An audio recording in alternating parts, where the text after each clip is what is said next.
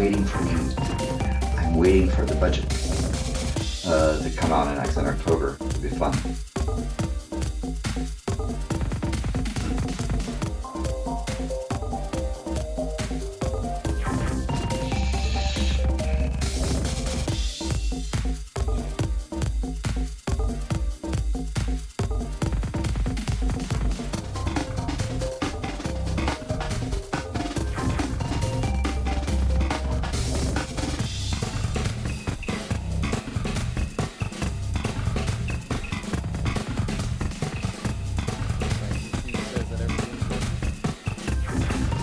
Are we going live, Mikey?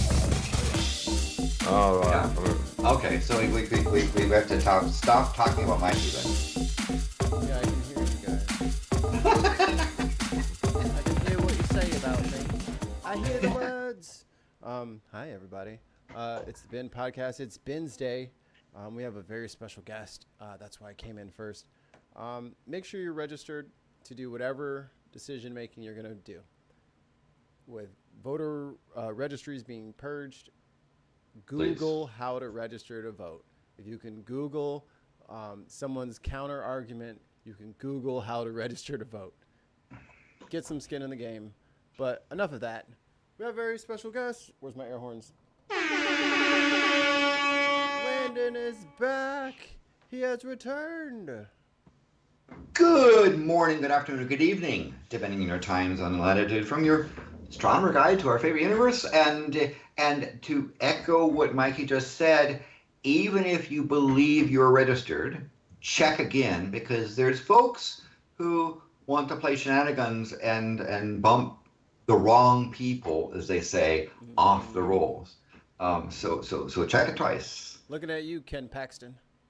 It has bumped 1 million people off of the rolls in Texas, which is maintenance. Some of it, yeah, because people went fleeing from there after they had to spend $1,200 to keep their house warm last winter. Yeah. So after the fleeing of people, they have to clean up the rolls. But they also took out, a couple of people on accident. So make sure it wasn't you. Oh, you said it already.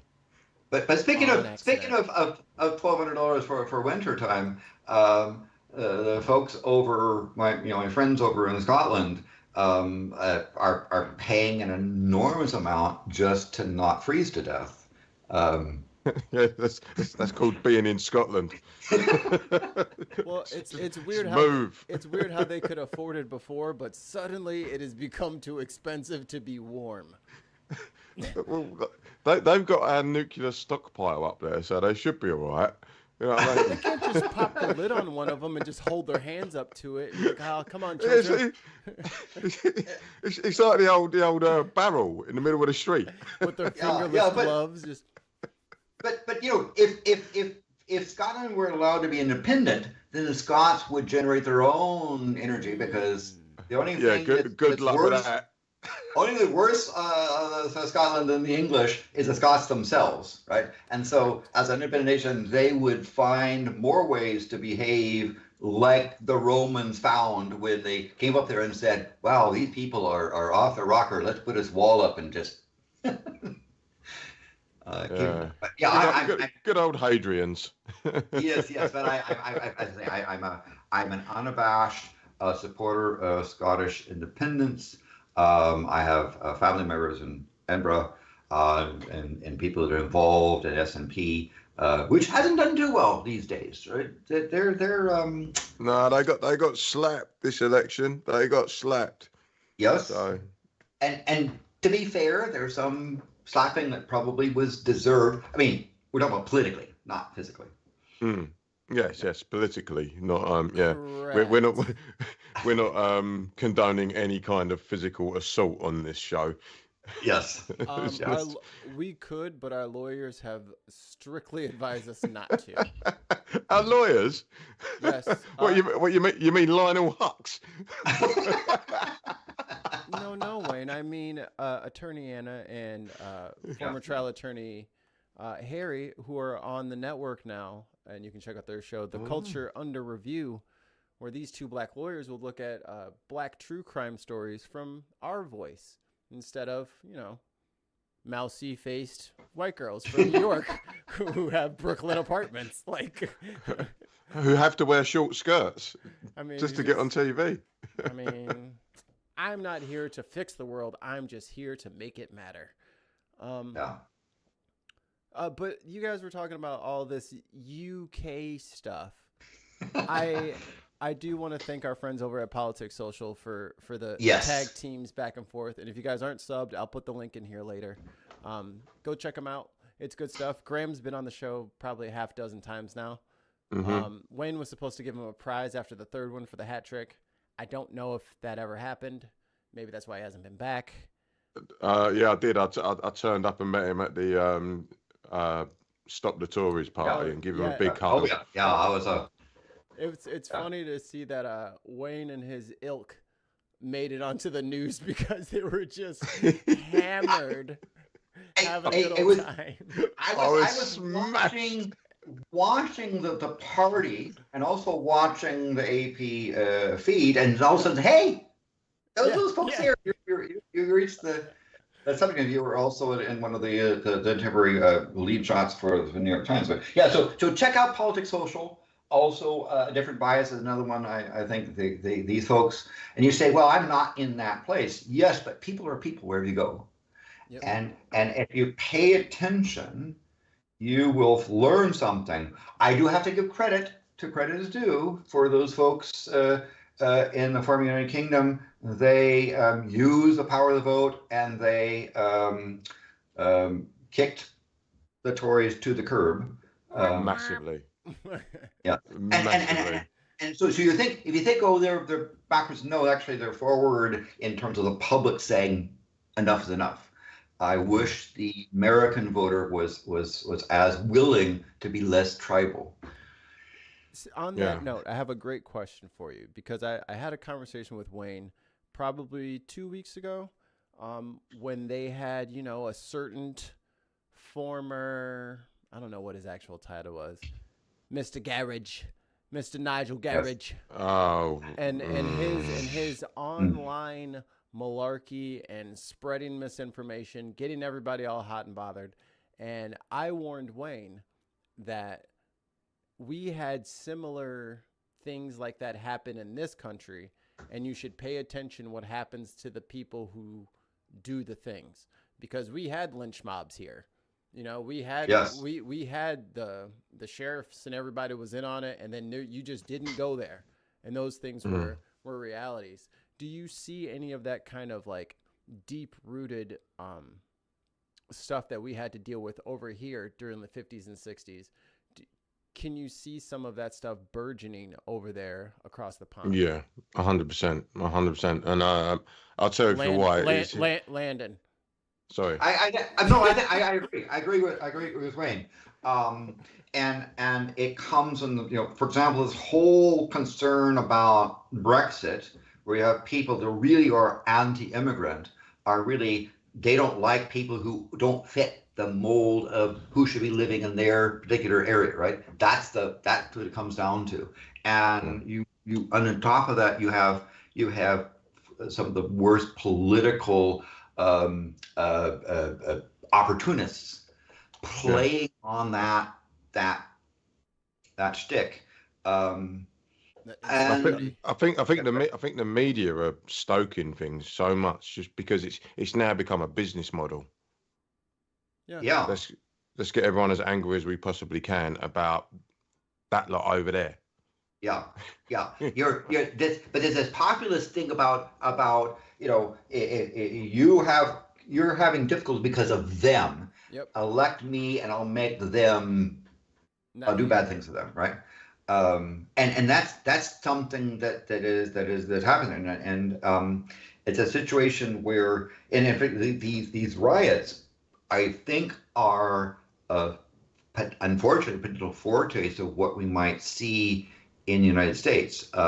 They were organized by people who didn't care. They were fed and supported by the friends of Putin, gentlemen of Putin, and yet they happened. On the other hand, the government there has tools to clamp down that are not legally available in the United States.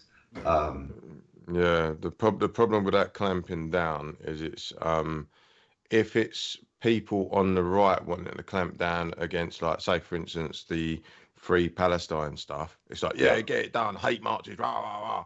But then when it's the right and Toby Robinson and all these little divs, it's freedom of speech. You know what I mean? It's like, you don't see the hypocrisy there, bruv. But I think, and some of the playbook stuff, so some of the action behind it are demagogues.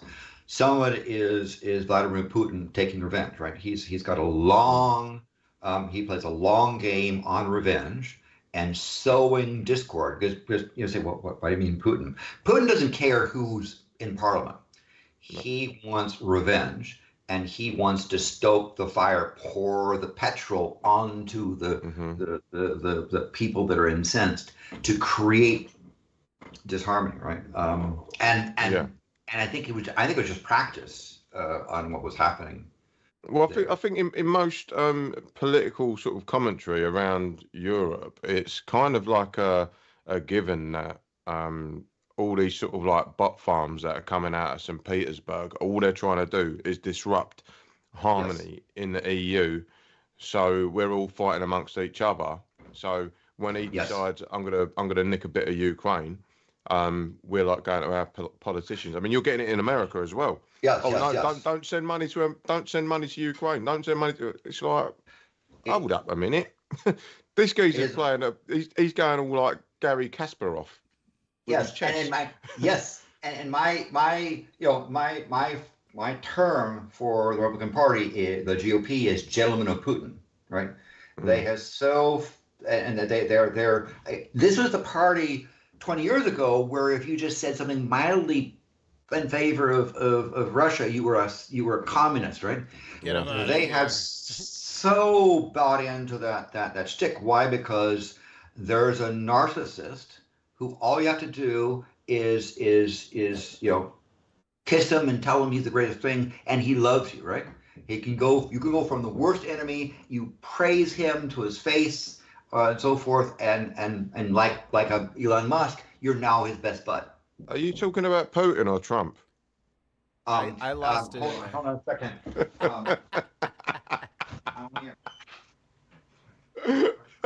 Oh, he's not joking. There was seriously someone at the door. It's just an Amazon delivery. Yeah, they're not to bang on, but yes. Sorry, there was a construction going on here. Okay. So I thought it was we're doing doing construction. I was like, wow, that was well timed. Apologize for that. There's somebody that's come in because we're doing construction here in the house. Anyway, back to the thing. So folks, pay attention to what goes on public social and different bias, even if you don't live there, because you're seeing analogs that are happening or have happened or is happening in the United States, because people are people where you go.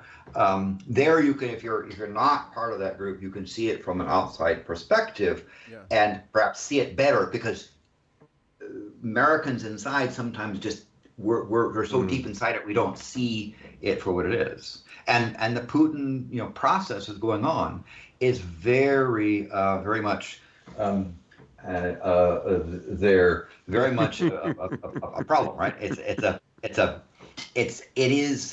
But when I talk, I find it difficult to try to convince Americans. The Cold War right now is very hot. Yeah. It is extremely hot, but people, what do you mean, right? And it's not a game. And Putin has his list of country enemies that he has payback, right?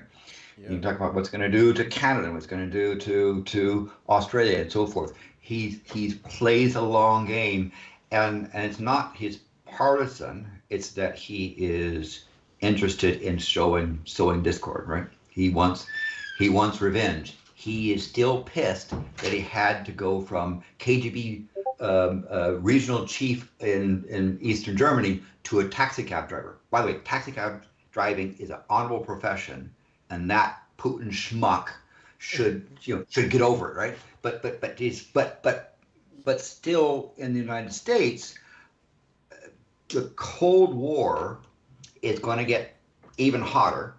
The sad thing is that the Cold War is rarely that U.S. and Russia go at each other directly. It's the people in the middle. And the game the game played is like, you have someone like Hafez al-Assad, may he still be dead, who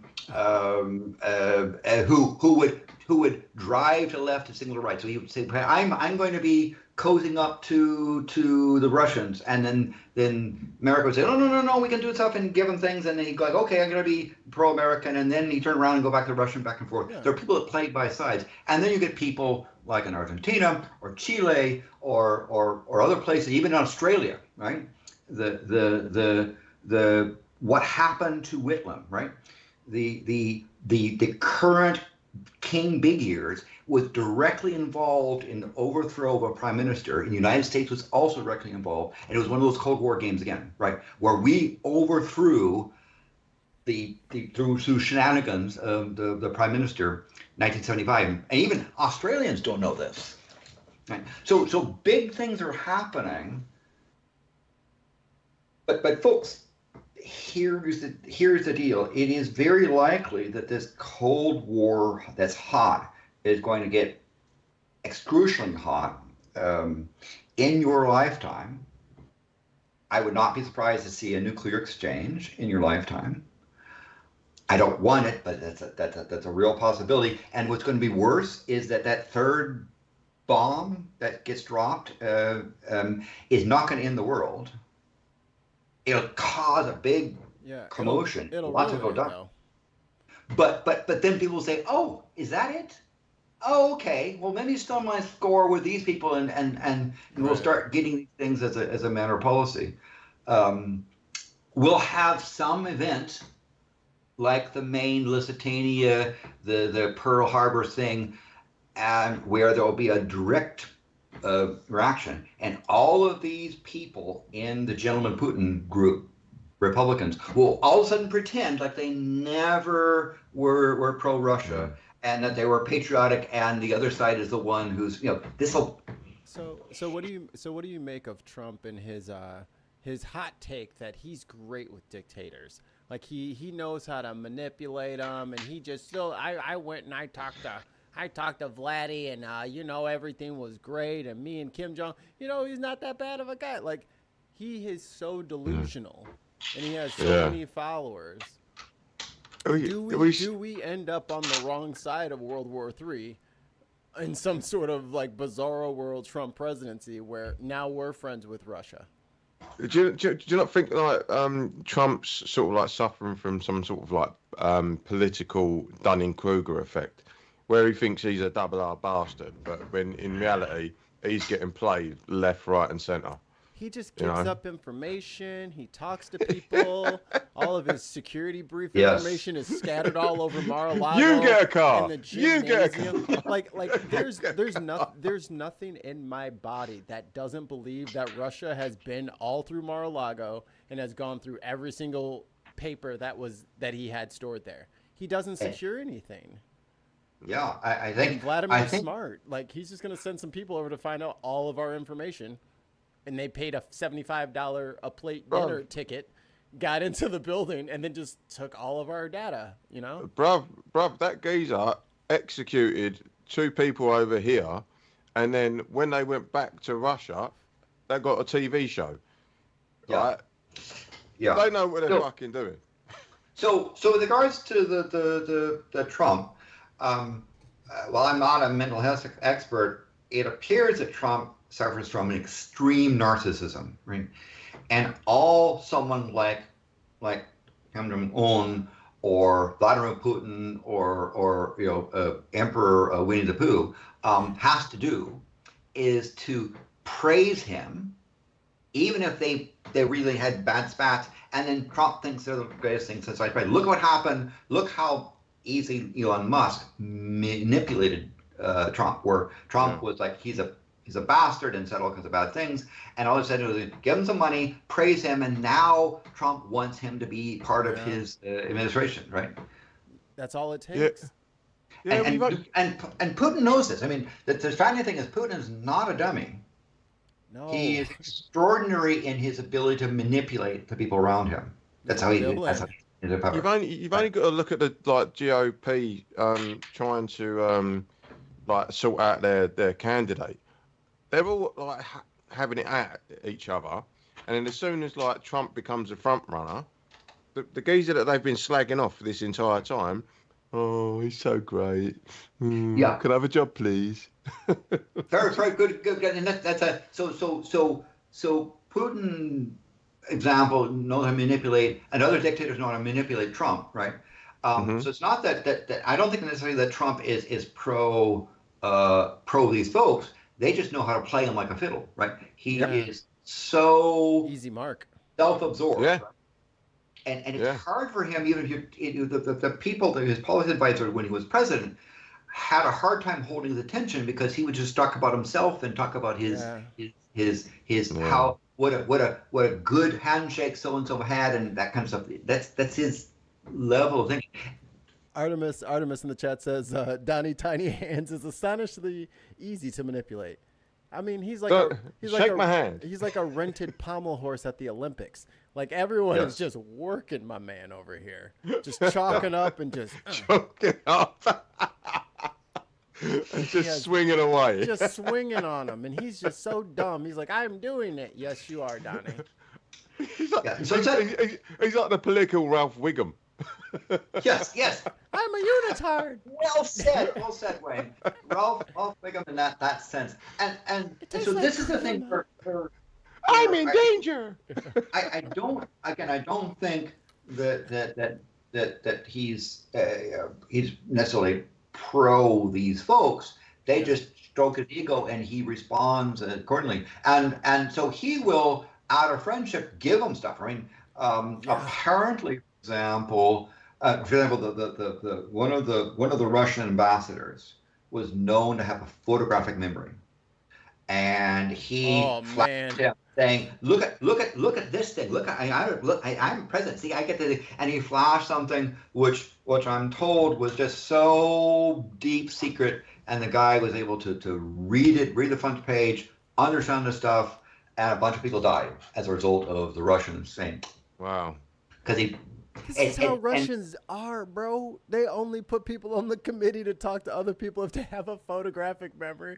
Like they just grab a bunch of people from the spectrum that can remember every single syllable you say. That's who they send into the meetings. Now understand, Putin is not pro-Trump. No. Putin is pro-Putin, and sowing discord is something. So things like Twitter. I'm happy to den name it, are places for bots. In fact, it's probably because the Mr. Poor Impulse Control that's told his advertisers to F off and then sue them, gets money from people saying, here's some money for blue check mark, can we bot please, right? And this is just my personal opinion, but be careful of the platform you use, because you may be part of the problem, right? If I named some really pro-Nazi extremist site and said, "Would you go on that thing?" Oh, no. And I say, well, why are you on Twitter? Are you part of the problem? Oh no, I want to use Twitter to read the news or to watch to get weather alerts or weather excuses. My suggestion is to consider just not using Twitter. I stopped 2.5 years ago. Just don't use it. Don't use it, because you may be part of the problem. You may be aiding and abetting some of the worst behavior. But I just want to go on there and post memes of Ellen looking like all sorts of silly creatures. But that's sort of the environment. Anyway, enough of that. It's a dumpster fire. Can't I just pour a little gas on it while it burns? I think but I don't want to give them a free platform to do stuff on. I want to drag my feet, grab every door frame before they ban me and kick me out. I'm going to tip the table on my way out. Yeah, it's proper taking a turn. that Yeah. site, and all of the new little gimmicks that they've put on there. It's just an absolute shite show. I have a Yeah, yeah. video for us since we're talking about this. Let's go. Okay. This is Segway. Segway City, population us. Models and social influencers in Europe have had their identities stolen in an attempt to influence the U.S. presidential election. Dozens of them have discovered that their images have been used and in some cases manipulated to promote Donald Trump's re-election bid with fake MAGA accounts. Now, you guys are probably thinking they used regular, standard, just people. They just hacked their accounts to use people.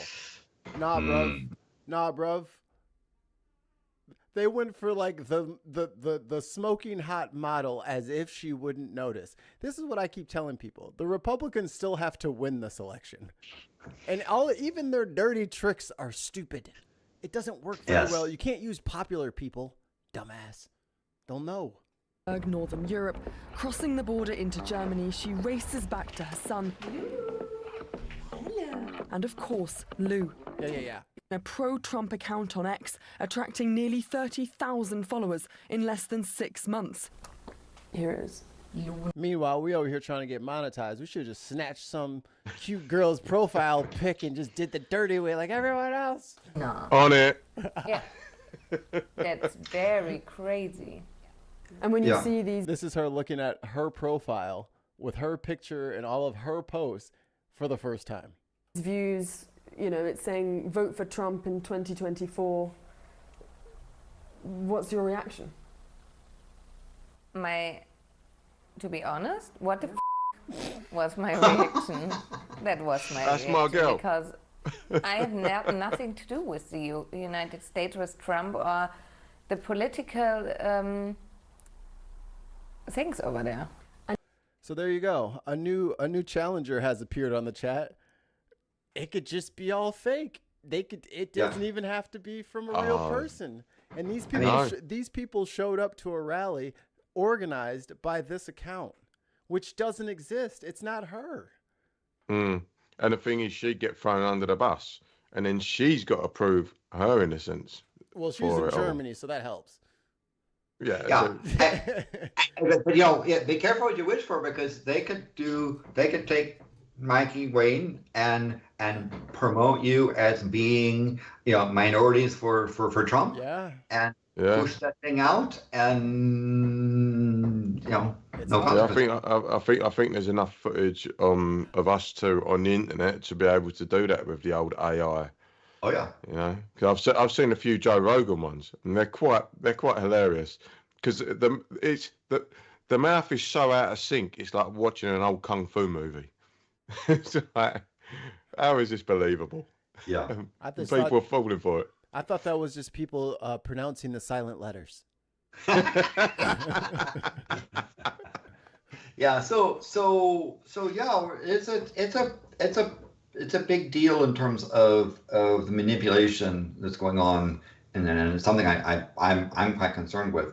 Like I said, but folks on the other hand, that like Trump, his Truth Social, and now his best bud Elon, are pushing stuff, and they don't care, because for Trump, the ends definitely are part of the enjoyment, and getting the means to get there is part of the enjoyment. The ends is what he wants, as long as it's him, right? That's what a sociopathic narcissist does. And the blatant paying for places in his cabinet, like Elon saying, "I'm going to give you $45 million a month." Oh, what's that? You want an efficiency czar? That sounds like a great idea. I'd love to do that. It's so obvious and blatant of trying to just RFK Jr. too. You're just buying seats. You're just trying to crowbar your way in, and you're using social media to do it, as if we can't just get a playlist together. Senior, I will never trust that guy. He's such a piece of garbage. He's so trash. Yeah, I love him. He's my best friend, and we're gonna save the planet together. Come on, man. We can see you. And that's the security threat, right? and that Trump faces. But he's also, making like a little toddler. You probably know this behavior very well, where it's everything is grab and play and so forth, and leave the toys. Yes, leave the toys behind. You see that bathroom in Mar-a-Lago with extraordinarily sensitive documents, right? I cringe, even though because if you're in presence of one of those documents, you're partially responsible for the maintenance of it, or at least reporting, even if it's not yours, reporting on it, right? And to see things like that is like, I know, although they redacted stuff on his office floor, but this is a kid, a toddler, having fun with his toys, and he went off to eat a hamburger or do other thing and leave the stuff behind. Yep. You better believe that other intelligence agencies have taken full advantage of that.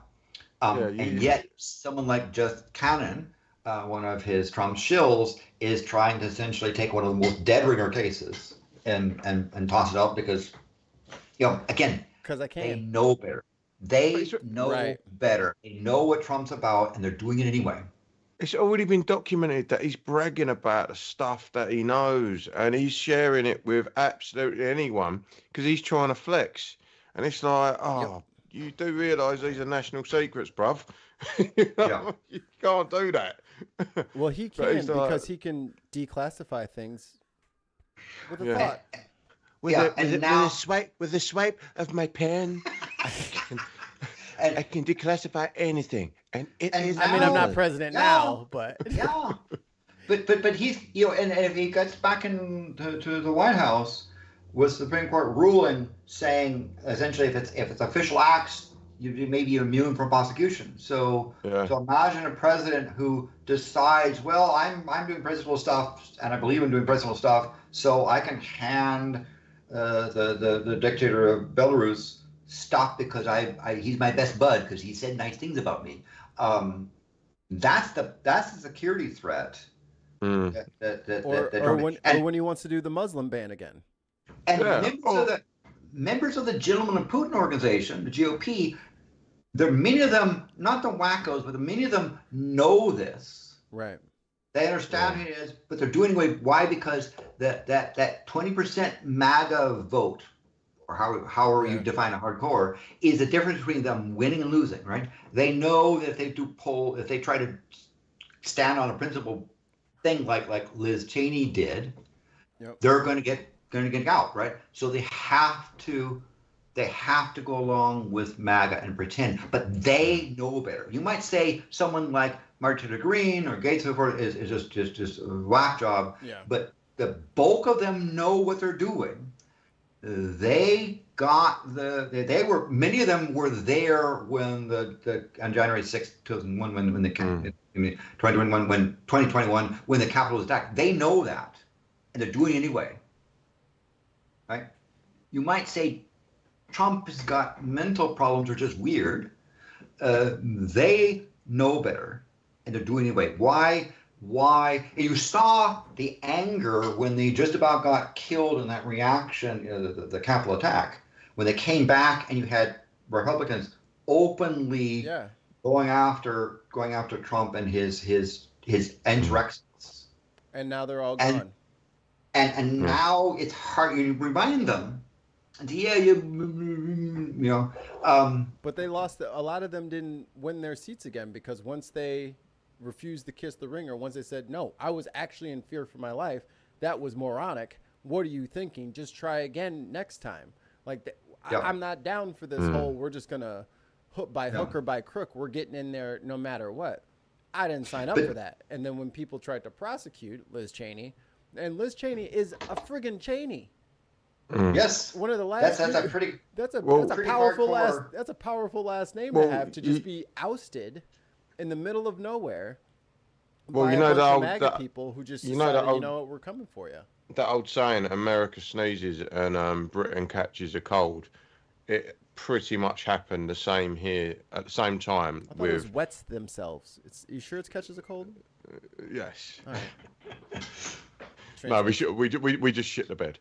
But the same thing happened over here when Boris Johnson first got in, and he got rid of all of the sensible Tories, right? And when I Right. say sensible Tories, like your Ken Clarks and people like that, who were just sort of like just wanting to get the job done. They weren't like these absolute nutters like Liz Truss and Yes. Kwasi I'm Kwarteng. You know sorry, what I and mean? I've made mistakes. What You a, what know, a, he Old kept all them cabbage in. He kept, tress. yeah, he kept all them in the tent. But all the sensible ones, like all the old timers, he's like, nah, you can jog on. But I think that's the difference between previous eras and now, is that this slash and burn tactic of this new right wing is so toxic that it's you know what I mean, it's putting everybody's democracies or parliaments or whatever your system of government is, Yeah. it's putting everybody into an all or nothing, when that is Yeah. not how things are supposed to be. You win some things you want, you lose some things, but Yeah. everyone's rights are supposed to be guaranteed in the interim. They're like, no, we're going all in. Either we're going to take all the rights away, or you get to stay at the regular boring stuff. And some people are bored and they're uninformed and they like hot German models, apparently, that love MAGA. I was going to show you guys some of the Photoshop they did on some of these. It's pretty hilarious. But while we were doing that, talking to the Americans, it before you think, oh, we laugh at the English and what's going on there, that to be credit, the English voters saw what the Tories were doing to them and kicked them to the curb. And I have to give high due respect to it. The same group that got, did the Brexit stuff turned around and so those voters are capable when pushed to say to the government, no, we're going to shift, right? I don't think the American voter is capable of doing that. I think, again, like members of Congress, be like their equivalent, our equivalent of members of Parliament, are forced to go along with and play the MAGA thing even though they don't believe it. They know better, they're doing it anyway. Yeah. And then a lot of the media, right, is pushing this entertainment. Now the really the hopeful sign is that, unlike over there across the pond, when your elections are 6 weeks, 8 weeks, you got a really short amount of time. Typically, no, like 2 days. I mean, I'm talking about when the election is called and when you actually vote, right? Oh, okay, yeah. You've got a period. You've got 6 weeks as to when it's called, and then you've got a period of what's known as purdah in the media, where the media, every time that they speak about a certain candidate, they have to announce every other candidate in that particular arena. Otherwise, Ofcom will come and slap you up. That is the most British way of dealing with a problem I've ever heard. Well, fine then. Everyone will say it every time, everybody gets mentioned every time. Just do it every time. Yeah, on the radio, they'll be like, if they're talking about someone like, I don't know, let's say Jacob Rees-Mogg. Oh, please don't mention her. Do you know, she looks like a Gelfling from Dark Crystal. I love that movie. Do you Do know what the little girl's name in that movie was? Oh, I can't remember. Kira. Oh, was it? Yeah, me and my wife watched that like last summer, and they're like, "Holy crap!" Oh, wow. Did you know that? I was like, I forgot. Well, there you go. She's named after a Muppet. I just remember the old crazy lady with the Agra. eyeball that comes. Yeah, the Great Conjunction. Yeah, she wakes me up. So again, Americans, take a look at well, they have their flaws, their traditions that are wacky. Yeah. The voters do rise up and solve the problem.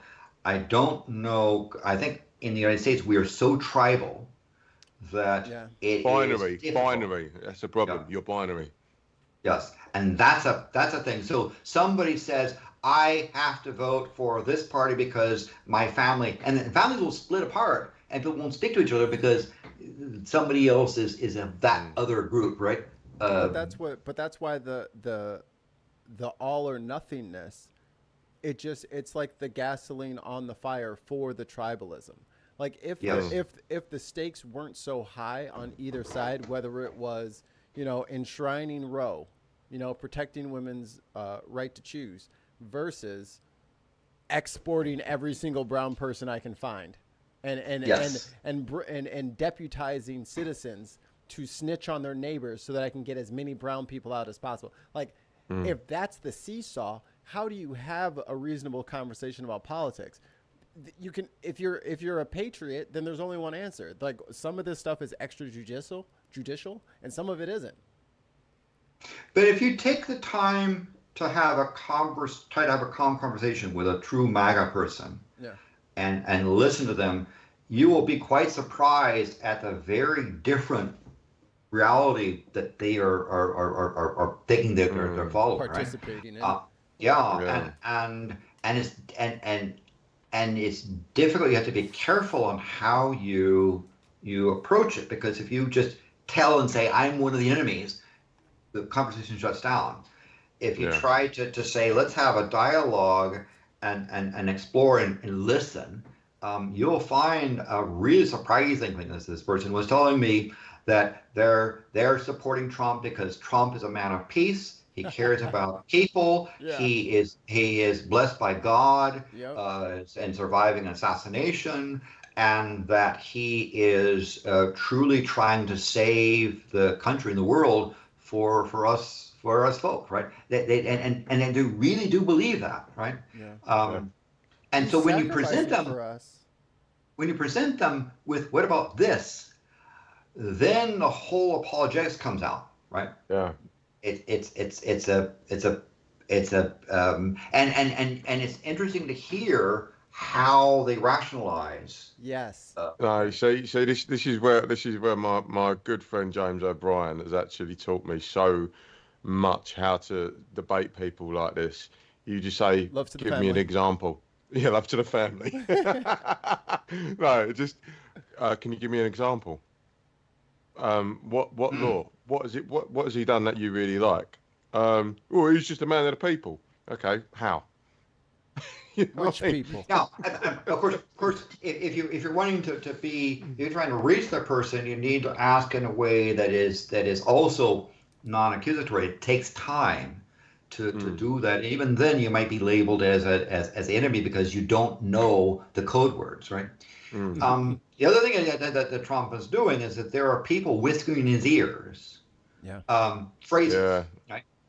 His rallies, I think that they're much more akin to Hitler Youth rallies, where Hitler would go around and he'd have his henchmen put on a big spectacle show. People come and watch it, and then get the crowd involved like a rock star, pop star person getting that interaction, and so he feeds up because he's really feeding off the energy and doing his entertainment shtick. And so people will whisper in his ear and say, if you why don't you try saying that the people coming across the border, Mexican border, are tainting the blood of America, right? Why don't you say straight out of white supremacists? So you mean like your man Wormtongue from Lord of the Rings? Yeah. And so then Trump tries this in front of a MAGA crowd. They go nuts because they're seeing the spectacle, and he says, "Oh, I should try that again." And so you find him working in people whispering in his ears and telling him, "Trump, you're really great, and you could be even greater if you say these things." And he tries it out on his crowd to get the reaction, right? But the problem that he's having is that his stick is getting old, right? That spectacle is becoming old hat, and he has trouble keeping people in the crowd, right? So you have a situation where towards the end of the thing he has to get more and more desperate because people. It's like if you're a football soccer match, your team is down 1-4, and it's 85 minutes. You're not coming back. So you hightail to the exit to beat the crowd, right? And so the people start fleeing, and the result is Trump sees this and tries to get even more bombastic to try to put on more crazy show stuff. I'd say it's gone. I like your football analogy. Football, not soccer. Football. Who came up with soccer, Wayne? I don't care. Shut your mouth. Who came up with America? Yeah, me.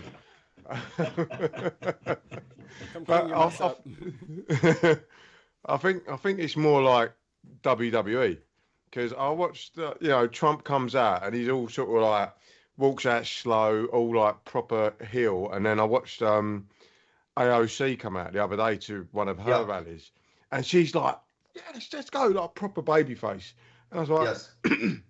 American American politics has just become American wrestling. Yes. It's Fair enough. It's not like Hulk Hogan was at the RNC or anything. Exactly. And it's sad. Say that.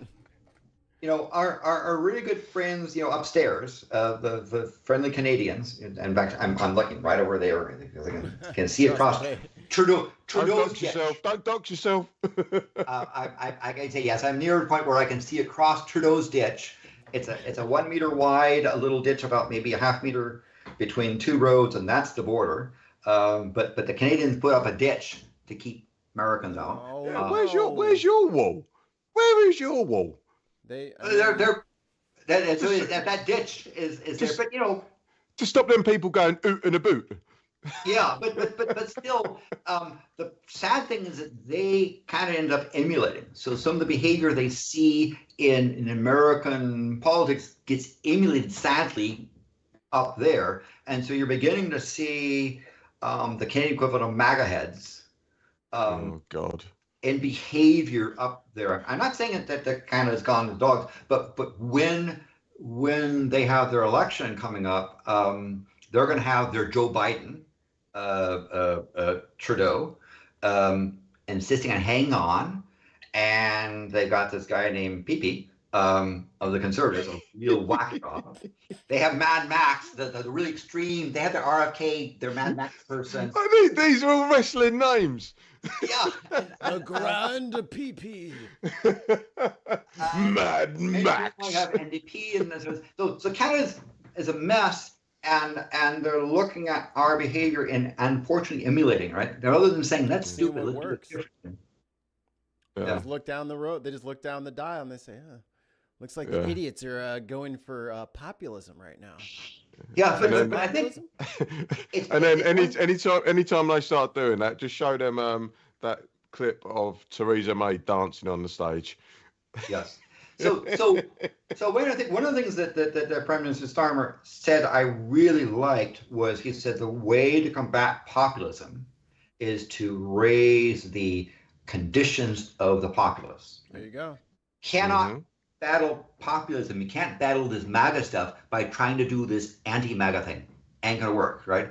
The way if you improve the lot in life of the people that are being expressed, the populists have a hard time because they go and say you person having difficulty because them. And them is bad. Let me say bad things about them. Elect me because implied I'll take care of them, right?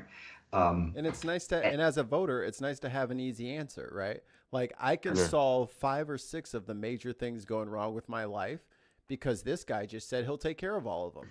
I'm going to get higher wages. I'm not going to have to like look for a parking spot at the mall. I'm not going to have any lady on the phone making me press 2 for English. Yeah. My life's going to be great. All I have to do is just sign on the dotted line and all of my problems go away. It's an easy con. Yeah.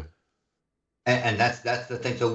So we have the the Brexit people, but in a different style, which is them is the problem. The Degabong says, "I will protect us from them." Yeah. That's the stick that's happening. I'm the only one that can save us from them. Help me, Obi-Wan Kenobi. Yes, and so Governor Florida Man, as I prefer to call him, his big stick is, and his big stick is, he comes up with the week of like, okay, as governor, I'm going to sign a proclamation, has no effect, to make it illegal for tampons to be put into a bathroom that someone I think who is male can experience, right? And he said, yeah, let's do that sort of thing. He plays on those social issues, right? To try and say, keep me in office because I'm going to criticize those people It doesn't matter if they're effective or not. Yeah. Yeah. Yeah, I don't know why feel bullying has, sorry. I'll do it real quick. I don't know why bullying has become so popular. It's not like it's a new thing. Like bullying's been around forever, but for every single politician of every, you know what I mean? Like, it's like they all just like, oh, dude, I just can't think of anything. Policy is hard to think of. Let's just be mean. That's just like. Meanwhile, the roads and the waterways are deteriorating. We really need some infrastructure spending, and everyone's over here fighting about nicknames and stuff. I'm like, us over here millennials are like, you're at work, right? Yeah. Like there's stuff that's not getting done, and we're gonna need that stuff here. Anyone notice that bridge that just collapsed? You know what I mean? Like, by the way, Dwayne, I hope that the government can take care of some of that raw Tory sewage. There's a camera that used to be on a nice little smoking stream that's called the turd cam, and you watch poo go down there because the Margaret Thatcher privatized the water companies, yep. and they go and say, but we're suffering from the Victoria era stuff, but we need to have more bonuses because and so raw Tory sewage, literally, the Thames is now a cesspool, and the beaches are being fertilized by crap. Yeah, you've basically got some geezer sitting there chewing gum, having a cigarette, and he's been told to just pull the lever, let it out, and then shut it off, and all the crap just goes out into the water. And there's no comeback. Well, to be fair, it's like the Seine. The Seine had the same thing, didn't it, for the Olympics? It was too polluted to have the triathlon. It's like, soz can't really go in there right now. It's a bit pooey. so Mr. Hankey's wandering around the shores of our great land. He's like the rabbit on a cross-country race, like the guy who goes ahead to let him. Someone gets out of the water, get on their bike, and they've got a shit on their shoulder. but yeah, I really hope, because I say that there's some some waterways there, but you can't. And this is an example again of this privatization. This is so over there in the pond, you've suffered from libertarianism in a great deal, and even some of the stuff that Maggie did.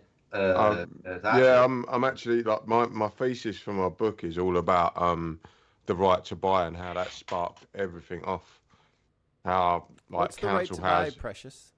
The right to buy was when Maggie Thatcher first came in. So we all had council houses. Like, I live in what's known as a new town. So all the people from the East End of London were, not all of them, but they were encouraged to come down here and work in the industry in a new town, and they were given a council property to live in. And because unions got so strong in the 70s, they were like, hang on a minute, how can we stop this? Because they were going out on strike all the time for like no reason, and there was no That's sort of like, they have somewhere to live. Yeah. So what they did was they brought in the right to buy, and the right to buy meant that instead of you having to sort of like pay off your rent arrears to the council, you've got a mortgage payment, and if you miss 3 of them, you're out. So what happens to all that money that I already paid? Don't matter. Oh, okay. Too bad. Sounds fair. Not regressive at all. Yeah, but the thing is, because it sort of took the power away from the unions, in the sense of they can't ask people to go out on strike if they've got a mortgage payment. It put the bosses back in charge. So that's where they had to work because they'd lose their housing. Exactly. So yeah, that's my thesis, and it's kind of the same as how they privatized all of the industry. Like British Gas, what they did was they bribed people with shares in British Gas. So you want to buy shares in British Gas? Oh, that's cool. Yeah, we're privatizing it. And now British Gas is owned by Centrica, which is posting record profits every year and jacking their prices up for all their customers. Wayne, it's hard to make it buy. You know, it's. Yeah, them dividends. Oh my God. I mean, we as CEOs. I've only got 4 Ferraris. We as CEOs also have to pay these exorbitant energy costs. So we feel you. My estate takes so much energy to keep warm in the winter. Who is gonna heat my moat? And this is one of the fundamental flaws of this libertarian philosophy, which is really a coward's way of saying I'm selfish. I want it for myself. I don't want any consequences. Yeah. But they say, "Oh, it's under liberty, right?" That's a political malady known as libertarianism. That is done in spades there, because essentially the Tories go and say, "Oh, here's a public thing. Let's ruin it. Let's try to take one of what was one of the best healthcare systems and make it such a pile of poo that people will want it sold off to private, and then become privatized, and then it jacks up so that only their mates make do with stuff, and those that can afford to go out of the country to get healthcare. My local hospital's got a fucking Burger King and a Costa in it. Like, what's that about? Like promoting health. You got that filth in there. If you want your appendix out, but you want it done your way. Exactly. Yes. And then go and get your XL bacon double cheeseburger on the way out. Yeah, my it triple makes a bypass. side of fries a bad thing to hear if you're a patient in the. I had a bunion surgery and a large Coke. But to be fair, in the United States, if you are like me, pro-union, right? I founded 2 labor unions as an elected member. I was voted local council member of the year in the state of California. I had very strong labor ties. On the other hand, as an elected official, when I meet with labor, I'd hold their feet to the fire. I would give them what for, because we had a dialogue, right? But here in the United States, labor unions, they convince people that they're so bad that they've given up the rights because they're told that way. That's the sad thing here in the States. Not enough Landons. Because Yeah. I've been in some real stinkers where they are just, you're gonna pay me our union, you're gonna pay union dues, or there is nowhere to work. And I don't care what happens to you. Like, and labor unions have problems, but what the U.S. equivalent of Tories do is to say, oh, laborers are bad, so let the free market decide, because they will be benevolent and nobis obese. They'll get full. They'll get full, and then once they've eaten until they've gotten full, they'll stop eating. And again, here's the thing. One of the fundamental flaws of the political disease malady called libertarianism is that there are things called natural monopolies. Your sewage is not something which is you could have a debate and have a public market and a free market there. Your electricity, your water, the road, the street, there are things called natural monopolies. Internet, I would say, more so. Yeah. Those systems can't be a so-called free market. You can't sit there and say, well, today I think the electrons I want to come from the Bonneville power plant because they're having a sale on today. Yeah. I have a discount coupon. I got a coupon. Landon, so I work in this particular industry, right? Please. I've got 2 cables coming to my house and 1 gas pipe, and yet I can choose whatever gas company or electric company that services me. I'm like, it's all got to be coming from the same fucking place. How does this work? Yeah, I mean, because the gas that comes in, natural gas comes in is just natural gas. You don't sit there and say, okay, Amazon has a sale today, and if you put in the word Tory gas, you can get 5% what's your discount code? Molecules. So you got to collect the gas. It doesn't work. But the libertarians go and say, yeah, but we're for liberty and freedom. Aren't you for liberty and freedom? I mean, don't you, Wayne? Aren't you a person likes freedom? The conflation of greed and freedom is disgusting. Yeah. You're not free to just take more than you need.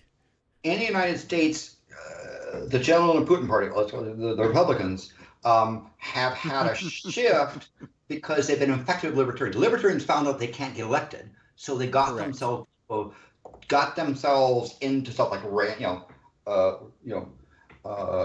Paul, so things like that in the Senate, and other folks that began to infect the Republican Party with this libertarianism stuff because they figured that's how we do it. So we have had the GOP have a shift because they bought into this libertarian melody.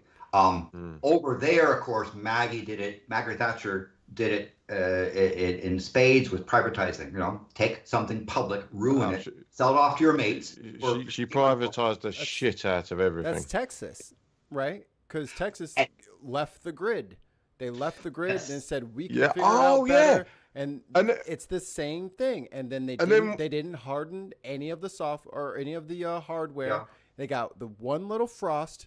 And the whole little thing, snow. They got a little bit of snow, and then everyone wanted to heat their homes at the same time because it's cold, and they had no way of compensating for the extra draw that they were experiencing. America, yeah. So I've had a conversation with one a Texan who's really big into libertarianism, and saying your power grid, is a problem because of this sort of thing. And if you look at something like, for example, I believe it's El Paso, which is a bit of Texas, which is not part of the Texas grid for odd reasons, they're doing just fine, right? The Texas not being part of the intertie means that when there's problems, no one else nearby can. They can't even help you. Yeah. And the result is that power company can jack the rates up to what they want because it's a free market, because it's freedom. This libertarian. So what is the philosophy behind that? Is it just Texans think like we can be like the Lone Star State, and if the grid goes down, we're going to be all right. But the opposite free market. Because they'll say the free market is going to be is supreme. They're going to be innovative. It won't be all this dodgy stuff because the old market had problems. So liberty and enterprise and pulling us under the bootstrap type of stuff. Oh, fucking hate that. Don't you want to be on the ground level, Wayne? When we start up our own grid, just think you could be J.P. Morgan. Excuse me, Mikey. I've got a little treadmill here right now. I'm generating all my electric. Yeah. Anyway, so I guess we have an election coming up with a very interesting person running. Yes. Madam President, as I will from now on call her, because I'm just going to speak that into existence. Yes. Manifest the win. Yeah, because unfortunately it needs to happen. In this binary system, the alternative is meteorite. Because that's... Don't look up. Space news. Do you have any space news for us before we start talking about VP Harris? So I think one of the, certainly the James Webb Space Telescope is continuing to give us data that's extraordinary, really high quality data, and in both the extreme visible edge of the visible universe, that's what we can see, as well as even nearby things like planets around nearby stars. Getting the notion of seeing a planet orbiting by a nearby star and getting the notion of the consistency of the atmosphere, the weather patterns, seeing aurora stuff, things like that are quite yes, because you particularly when a planet passes in front of the star, it changes the light going through there so they can get an idea about the constituency of the gas, because it has a really wide range of frequencies, right? Your normal light, right? Normal visual light is 1 octave from deep red to violet. That's 1 octave on a piano. What the Webb does is it focuses on maybe the first 2 low notes of the visible octave, and it goes about 3.5 octaves down.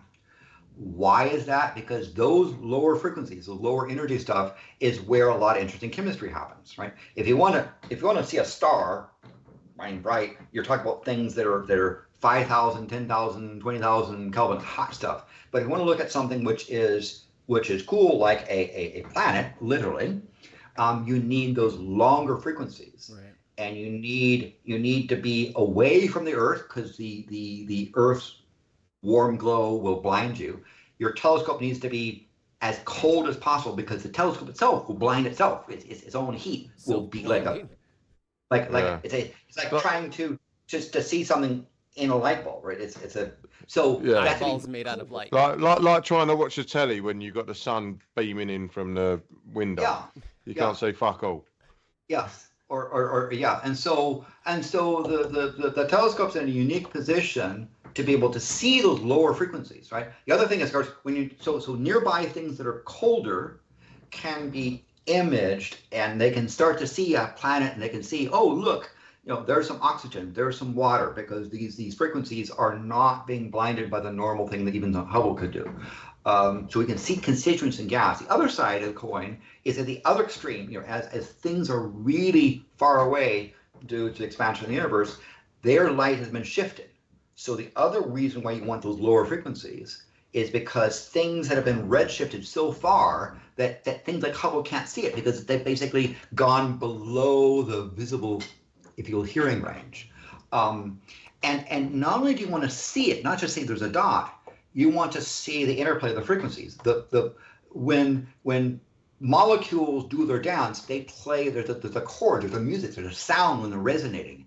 Those chords, those intervals, show up in what I call a spectrum. You see these patterns that say, yeah, that's methane, that's nitrogen. So you begin to understand the composition.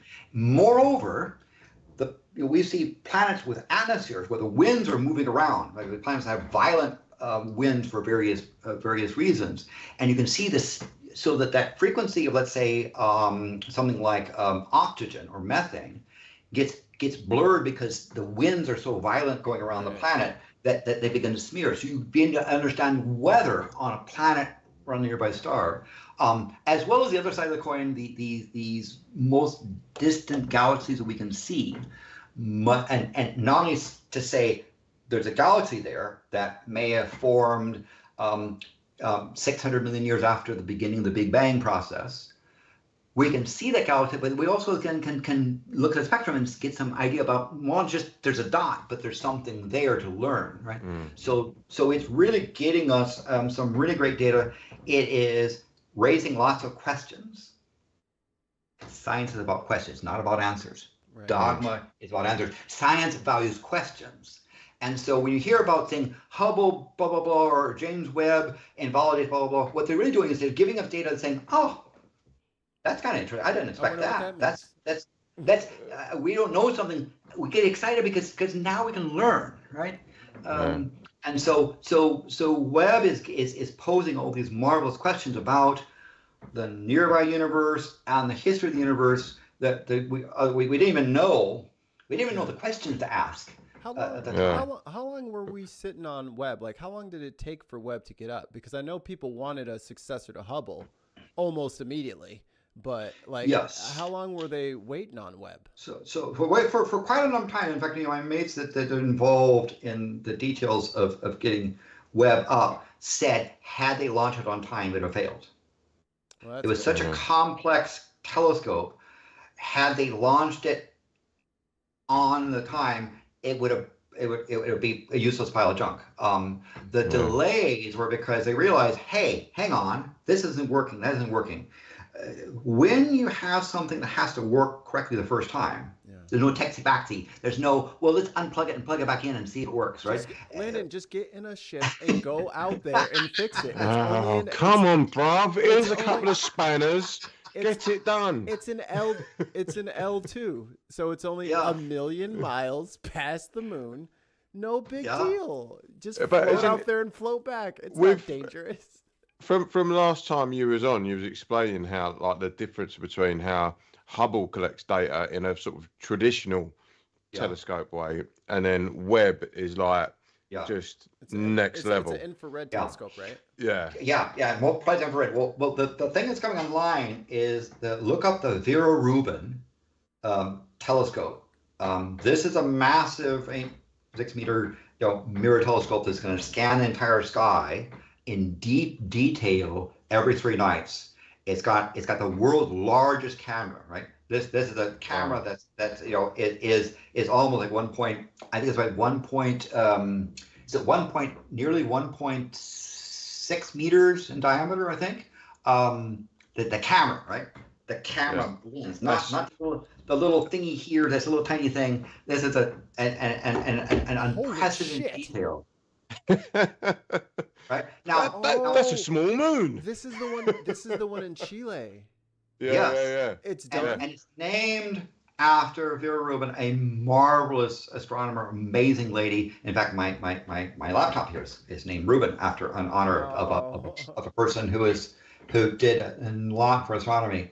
But the camera on that thing is extraordinary. It's got a refractive lens that is huge in front of it. It's the space laser. And it is that lens that camera there, LSST is actually done here at Stanford, SLAC, and the laboratories here is a camera that is unlike anything. This is going to be scanning the night sky and giving us deep detail of the entire sky. Not like the Webb that focuses on and studies a small spot. This is a survey thing, and the data coming off is quite extraordinary. That we'll be able to gain, watch the heavens, look at transient things, discover asteroids, look at stars exploding, so forth. It's going to catch a lot of stuff that is there. I remember like when I first found like Star Talk like 12 years ago or something like that. I remember them talking about building this thing, and it's out on the top of a mountain in the Atacama Desert, the deadest, driest place. Like this is the best place to put a telescope, a visual telescope. It has never rained there. And so it has no light pollution, none. No. And so if you look at the Wikipedia and look at like the some of the like again the LSS, look at called LSST, which is the now they name the camera. That camera lens is extraordinary in terms of its clarity and its ability to go there. So you go to that spot there, and you'll see, for example, the diagram comes up. So look at that camera system there is quite 3.2 gigapixel CCD. And it has legal? And it's 3.5 degree field of view. So think of the full moon, and it's 7 times larger than the angular diameter of the full moon. And it's going to have this it's going to basically feeding this enormous amount of data off of the stuff. So I thought that was the octagon. I thought it was like a UFC fight. Sorry. That's how big it is. I got the screenshot there, Landon. Here's a guy standing inside the lens. Yeah, that's a primary lens. The probably the big thing, however, is the camera that is, if you look down there, is showing. So if you for example, if you go to the at prime focus, right, it'll take a 15-second exposure every 20 seconds of the sky of this 3-degree thing, and it's going to be able to do faint sources, transient sources. It's the focal plane is 64 centimeters in diameter. So instead of this little tiny thing in your phone, think of something 64 centimeters in diameter. It's cooled down to minus 100. So it's going to get these very long wavelength stuff that will give us the data. And there's never been a camera of that size and that clarity, and we'll be able to have this huge scan of the sky to watch asteroids move, watch supernovae go off in galaxies, alert us to stuff, and instead of focusing on little things, it's giving us what's going on in the entire sky. And that is where the power is. Named after Vera Rubin, a really important astronomer who did a lot of grinding work to understand classes of stars. She's one of the people that essentially, along with Zwicky, essentially said there's an effect called dark matter, right? She was help discover that stuff. Really impressive lady that people. It is truly something I think that is an honor that she deserves. I think the thing which is really it's right. So look at that lens. That's a refractive lens. Holy shit. That's the front lens. So you talk about the camera. You have this little tiny thing right there. That's that thing, right? That's a little lens in front to help bring it onto the set. Come into your next iPhone.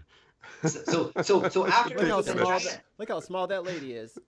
Giant mirror, because all those people standing in the little hole, is focusing on the Is that the sensor? lens, which puts onto the plane of this camera. I think this is the sensor array. Yeah, that's got to be a bugger to clean, though. Yes, but it's got to be exposed. It's front exposed, right? It's exposed to the atmosphere. So that bigger lens, it comes off the primary mirror to the secondary mirror, largest secondary mirror ever made. So the secondary mirror is like 3.2 meters across, something like that. That comes down to that refractive lens that onto the plane of those multi-gigapixel, 3.2 gigapixel camera. That then comes. Yeah, look at that. I want to go here, but it's a million miles away. It's like a 17-hour drive on a dirt bike up this mountain. Like you're so far away from everything, and you're at altitude. I'm pretty sure. Yes. Yeah. It's. I mean, the altitude. I think the altitude of the telescope is something like 2660 meters, right? That's about 8,700 feet for those that are metrically challenged. Thank you for acknowledging us. But yeah, so the main mirror is 8.4 meters across. ¿Cómo es que el 7.6 feet. But the thing is that the structure looks like a set from like a sci-fi movie. Yeah. And so it is a schedule, and it is going to give us so much. It is going to give us so much data on the sky, and the thing is that this camera is going to take over 200,000 pictures per year. So the camera will produce every year about over 1.25 petabytes. What is a petabyte? Jeez. That is 1,280 terabytes. So imagine over 1,200 disk drives per year coming off of this camera of the data, right? It's estimated, that they're going to have. So they have these giant computers because it's putting in so much data. Because guess what? The universe is big, and to take a picture of it requires lots of data. And there's so much stuff out there that we haven't seen. So we're going to have people will, instead of saying, I want this telescope to point here, they will tap into the data feed and say, I want to look at stars look like this. I want to look at this kind of event. So they'll scan the archive for things that are unusual. Somebody wants to study galaxies. In fact, galaxies, they'll discover it. Somebody wants to look at asteroids, want to see that. Somebody wants to see, flares of stars or novae or variable stars or star drift. All these sort of things can happen because this thing is going to pile data, and the way you'll use a telescope is you'll data mine there. And the only good use for AI. And there's also just clever algorithms, right? And so people will propose projects, and there's a certain fraction of that data processing which is just open to the public, right? You can go and scan and see things. Yep. Because if you're going to develop a proposal and say, hey, I want to study, I want to look for stars that are like our sun, that while back and forth that might be near enough that we have a parallax, or I want to look at I want to look for rogue planets that have been injected from their solar system and will pass in front of a star, and gravity lends temporarily the star, so the star will have this brightness curve that this telescope will say, yeah, there was a planet floating in space passing from that star. There it is, right? You begin to get a notion of these rogue planets flying around. Again, how? Because you mine the data, right?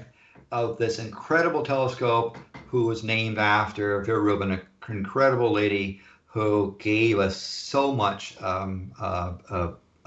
rich understanding of the universe and lots of questions, right? And that's how, and that's kind of like how they identified the black hole in the center of our galaxy, Sagittarius A, is just going through all that stuff. Is like, well, let's look at these snapshots that we've taken every year for the last 20 years, and then you see full supergiants orbiting something that is giving off no light in 6 days. Yeah. So this telescope is going to, these are the things we know we want to look into: dark energy and dark matter, gravitational lensing, things called barometric acoustic oscillations, the stars that go bang, these supernovae stars and redshifts, mapping small objects in our solar system. Looking for near-Earth asteroids, things that might have our name on it. But asteroids are really dark, not shiny, so you have to be very skilled at even spotting them. Things that are beyond Pluto, way out in deep space. Transient events like stars that go bang but have a little burp, right? And mapping them the most way are just some of the things we know now. The thing is, we don't know. This is going to present us with data, and people can say, hang on, what's that? I don't know what that is. What does that mean? because normally, one of the things is the bigger the telescope, usually, the smaller the field of view. As you expand the mirror, your field of view becomes tighter and tighter and tighter, right? Yeah. This is something where these incredible optics, so it has this is your wide camera lens. Done on steroids, and gives us lots of data so we can be able to scan the entire sky in 3 nights is an extraordinary accomplishment. This thing is so it is something to pay attention to if you get a little bit tired of Trumpian wackos or toy weirdness or something like that. Take a look at that, and also do check out who Vera Rubin is. We were fortunate that we had people like that on Earth, because some people are nice. So this thing is basically going to be space Google. Yes, and you will be able to mine the data it comes off of, and see things that people haven't been able to see before, right? So it is going online, as I understand. Again, the Stanford Accelerator Labs, SLAC, built a camera. It's been installed. The secondary mirror is being installed, and so the right now I think it's on schedule for because they're getting it all set up and calibrated. I think it's next year is when it goes online, if I recall correctly, when it begins to pour out data. I can't wait. I say, so check out the stuff. Check out the sudden monsoon in the Atacama Desert. First time in history. No, clouds clouds. Yeah. But I mean, this is the camera lens. Again, this little tiny little dinky thing in there for that thing is about the size of a lorry, a truck. 1.65 meters across on the front lens, and an amazing detector. Housed in a very large, wide-angle collecting telescope, which is putting out, thousands of disk drives a year of data that you can go and mine, and you can be the first thing to see something. You can go in there and just start random stuff and looking at things in the space to see. Whenever I had an observing run at a telescope, like I was a 0.8 meter telescope or a 300 telescope, and I had a little spare time, I would just say, hey, point at a random spot in the sky and start looking. Exactly. You're scanning around and you say, "Ooh, what's that?" It's fun to explore. There's a lot of cool stuff there. You'll be able to do this data coming off the lens, and every 3 days you can go and say, "Well, what was it like last week? Is it different than this week?" Right? Oh, something happened. Look at the thing came blue. There's a boop. Oh, what's that? Maybe that's something traveling. Let's go a week before and see if we can see it over here. Now we get a trajectory. We know where this thing's going, so we can then start following it and looking around to see what that thingy might be. So Landon, are you gonna tell us what dark matter and dark energy are yet, or are you still bound by oath to not reveal what the particle is? We know it's a particle. So dark matter is a name of phenomenon, which is we have excess gravitational field, right? When we try to account for stuff, right? Things with mass, warp space. And we look at how much space is warped, we see there's more warping than we would think there is mass. In fact, it's not even close. It's like about, there might be 4 parts stuff. Atoms and neutrinos and particles like that, but there's 24 parts of oomph that warp space or nothing. Now we think that what warp space is mass, so that's where they said it must be matter. That's why they call it dark matter. We don't know what it is. We know the phenomenon, which is that there's almost on average about 6 times more gravitational field than there's stuff to warp space. And your galaxies are spinning too fast. Yes, because the reason why they're spinning fast is because there's actually a much more gravitational field, particularly on the halo of the galaxy, that holding it together than there should be when you count for mass. It used to be back in the days when Vera Rubin and Zwicky were around. They'll say, yeah, but there's probably something you can't see. There's probably black holes. Excuse, right? We've run out of excuses because we've been able to do the surveys, and we've found that the phenomenon called dark matter, which is really excess gravity, right? Is it because there's some mysterious mass that is out there? Well, there's a problem with that approach. Are we wrong about gravity? Well, that could be the problem. It could be gravity that it behaves differently than what we really think, right? Not electric universe, but because but the thing about the dark matter as a particle is astronomers are really good at detecting really faint light sources, right? Or a light source that has something blocking it, right? Changing the frequency. If dark matter is stuff, we have never seen dark matter emit light at any frequency, from high gamma down to long radio and everything in between, right? We've never seen dark matter emit light. We've never detected dark matter reflecting light. We've never seen dark matter absorb light. Dark matter appears to be stealth to all frequencies, from the very high to the very low and everything in between. So how then do you detect it? Because we see the gravitational field, right? We look at the lensing and the warping of space, and we say we can calculate how much warping it is to say this is the strength of the gravitational field, and on average there's 6 times more than matter we can account for. Right. Okay. So is it because there's stuff that doesn't interact with light at all? We've never detected. Now, if it is, if there's that much stuff around it, well, why can't we detect it here, right? So there are experiments that try to find dark matter particles or other things, but The wimps. if we're being honest, dark matter is really excess gravitational field where even clusters of galaxies that are orbiting each other or orbiting too fast, they should fly apart. If we look at all the sum of all the mass, right? But there's dark matter holding stuff together that can spin so fast, but it stays in the cluster. Does dark matter ever change state then? We don't know. Well, that's a good question, right? We don't know what it is. Dark matter doesn't really appear to interact with itself, although it might.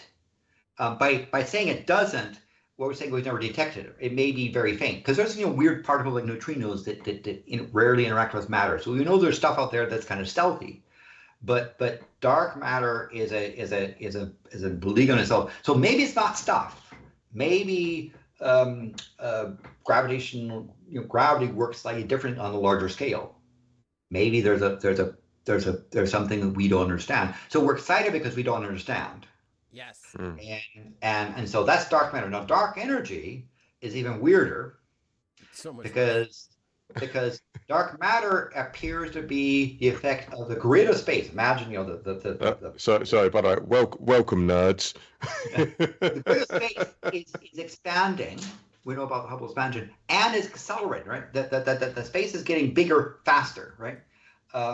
Roughly about 5 billion years ago, gravity that wants to bring stuff together lost the tug of war, and dark energy is causing space to accelerate. It's as if empty space repels itself and things get bigger.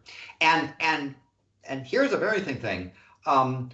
Most of the universe, you talk about matter energy, is dark energy.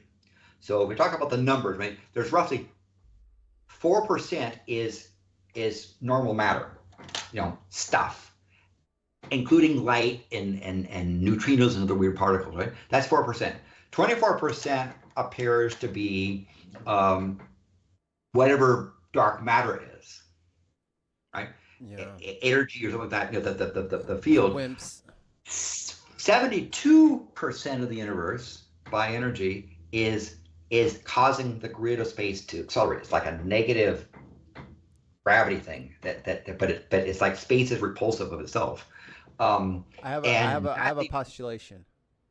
Yeah. Okay, we take a little now fly with me here. This is good.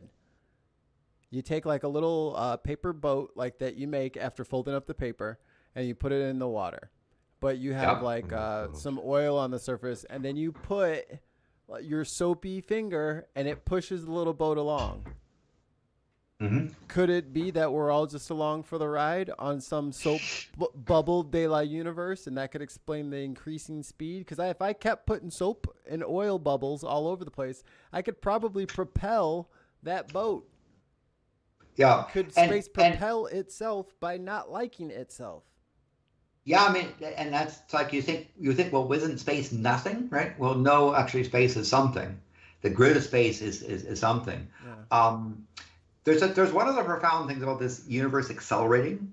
So we're not talking about objects moving through space. We're talking about the graph paper of space is getting bigger, right? So relativity, if it's correct, says that you can't have things with mass move through the grid at even the speed of light, or c, right? Or it takes infinite amount of energy. Yeah, so things with mass allow that's a speed limit. But the grid of space can expand as fast as it wants. There's no relative violations for that. So we have objects that have emitted light and that have taken, let's say, 12 billion years to arrive on Earth. Mm-hmm. For which, if we took a mirror and bounced that photon back, it would never reach it because even though it's going a photon at c, grid of space is expanding so fast it'll never reach it. Because it'll just keep. It's chasing. It'll never catch up. It'll never know it never reached it because it hasn't experienced time because it's at sea anyway. Yeah, we never take it alive. but the notion of there are things we can see that we can never get to because That's weird. even at sea we'll never get there. That's so weird. That's a profound thing. Now the notion of, well, what does dark energy do right now is accelerating. I say, what do you mean right now? Well, if you don't know what it is, you can't say, no, it's always accelerating, because that's the rules. Right? No, we don't understand, because maybe dark energy reverses itself. Maybe it gets size LM enough and changes. We don't know. So a lot of work, and again, back to the Vera Rubin, to study dark energies to try to understand, is dark energy clumpy? Is there like more dark energy over there, more dark energy effect over there than here? Does early dark energy, is that more powerful than late dark energy, or back? How is it? So one of the things that this survey telescope is going to do is to try to understand, is dark energy just consistent, or is it changing, or is it trending? We don't know, and that's one of the things that Rubin telescope is going to help us answer. Yeah. But even then, big dark energy glob like right on us, because that would just like ruin all of our experiments. If there's a big like sticker of it on us, like gotta get this off of us. But the just universe sitting there over Scotland, this big blob of dark energy. Like, we're fucked. There's 500 kept drilling into my head saying, the universe is in no obligation to make sense to you. Truth. In fact, he would say the universe doesn't give a fuck about what you think it does. It's going to do it. Yep. Because I would come and say, oh, this theory, Feynman, this theory, and equation, no. Universe has no obligation to pay attention to your mathematical models. It's going to do what it does. Your job is to try to predict what it do, and if you're lucky, your prediction might be off only a fair amount. Right. So what are you saying? The universe don't care about your feelings? No. Black holes don't your care models, about your escape velocity. Dark matter don't care about your feelings. And so the model of the universe and relativity, quantum mechanics might be nice magical things, but the universe has no obligation to follow that. It's going to do what it does. And dark energy is this phenomenon effect.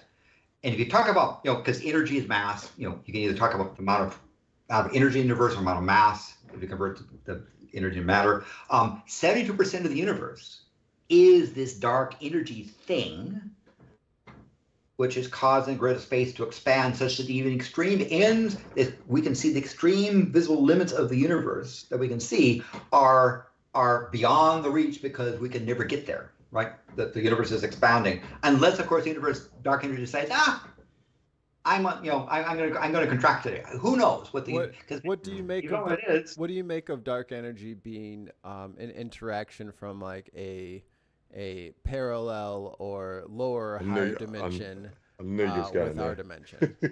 I mean, with our little universe. Okay, first of all, I say dimensions are not these magical things. They're not like. Sure, because I really like them to be that. Hang on a minute. I'll watch this documentary called Endgame, right? And there was like this multiverse. Oh, yeah, the Avengers Endgame, yes. Yeah, and there was loads of that. So, but what's your beef, bruv? All a dimension is like a counting coordinate system to figure out where stuff is, right? Or when stuff is, right? About space time.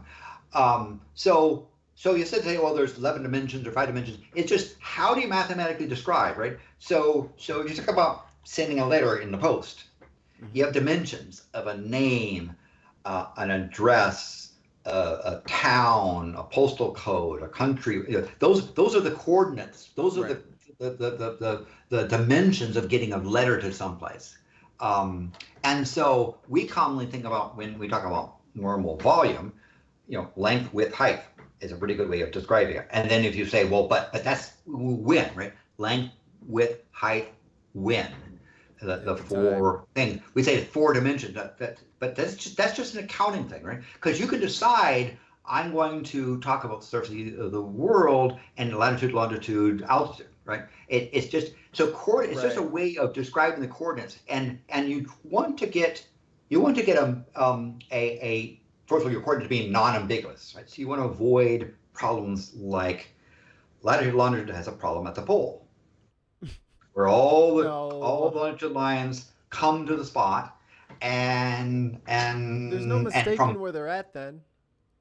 but I can tell you, having been to both poles, you walk across the pole and it's like, okay, it's a spot, like You it's went on a across the spot. ice wall from the flat Earth? A frequent visitor, in fact, there and Flat earthers and crack me up. I'm like, you guys have never ran into Landon, huh?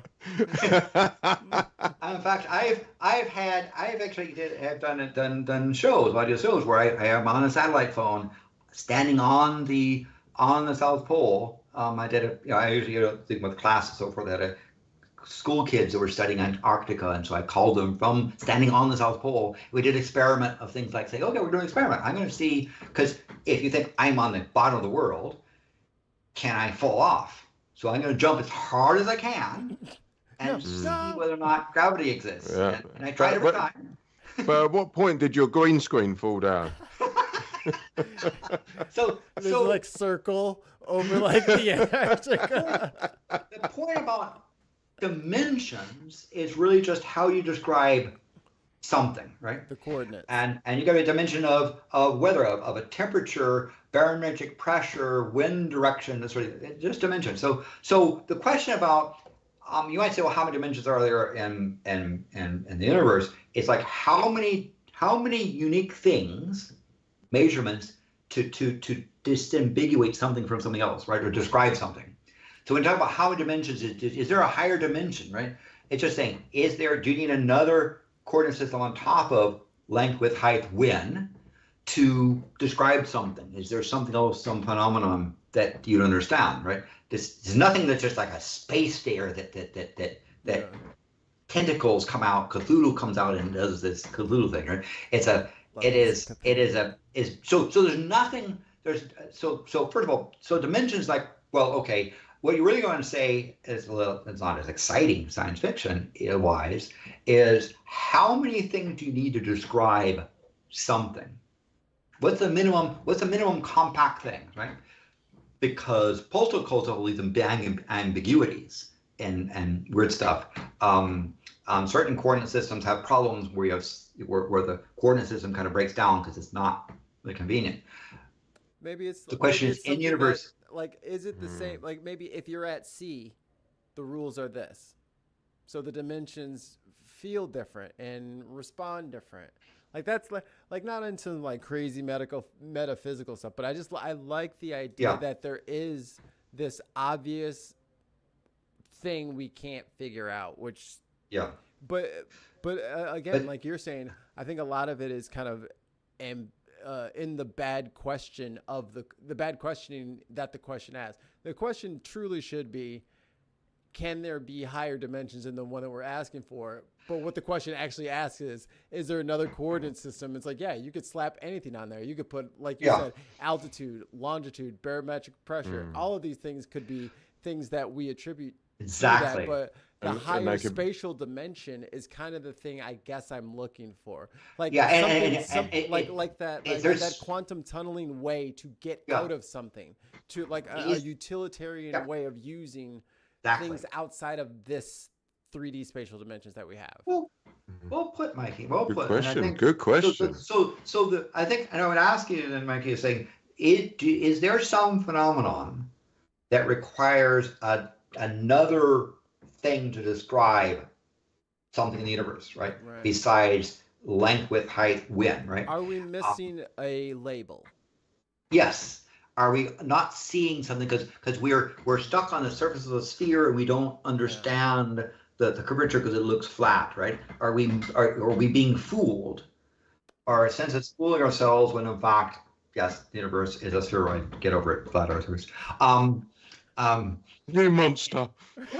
and so it's really like, how do you uniquely describe something in the universe? How many unique things that are independent do you need? That's when you talk about how many dimensions is space-time. And then C is one of those things that's seems to be baked into space-time. That's here. Yeah. Because C is, by the way, and Simon would get mad if I said speed of light, because he'd say, that light can change when it goes through a refractive medium. It goes through this glass. The light through a front diamond change it, right? It refracts. Refracts, yeah. And you say, well, we have speed of light in a vacuum. Well, even then, there's stuff in the vacuum that causes stuff. What c is the speed of causality. Yeah. It's the maximum speed when you want something here to cause something here, and the space-time distance is this. Then this is the minimum time that this can cause something to happen here. It's the speed that causality comes The in. speed of And instant. yeah, yes, or the speed of influence, right? Yeah. So that c seems to be baked into the geometry of spacetime. And I mentioned, I didn't say distance, because you can also have time, right? You can sit there and stay in solely one spot and just wait. That's a distance, right? And you say, what do you mean distance? Well, how long is a second? How much distance is a second? Answer, c, right? Right. Yeah. C is roughly around at 300,000 kilometers per second, or 186,000 miles a second.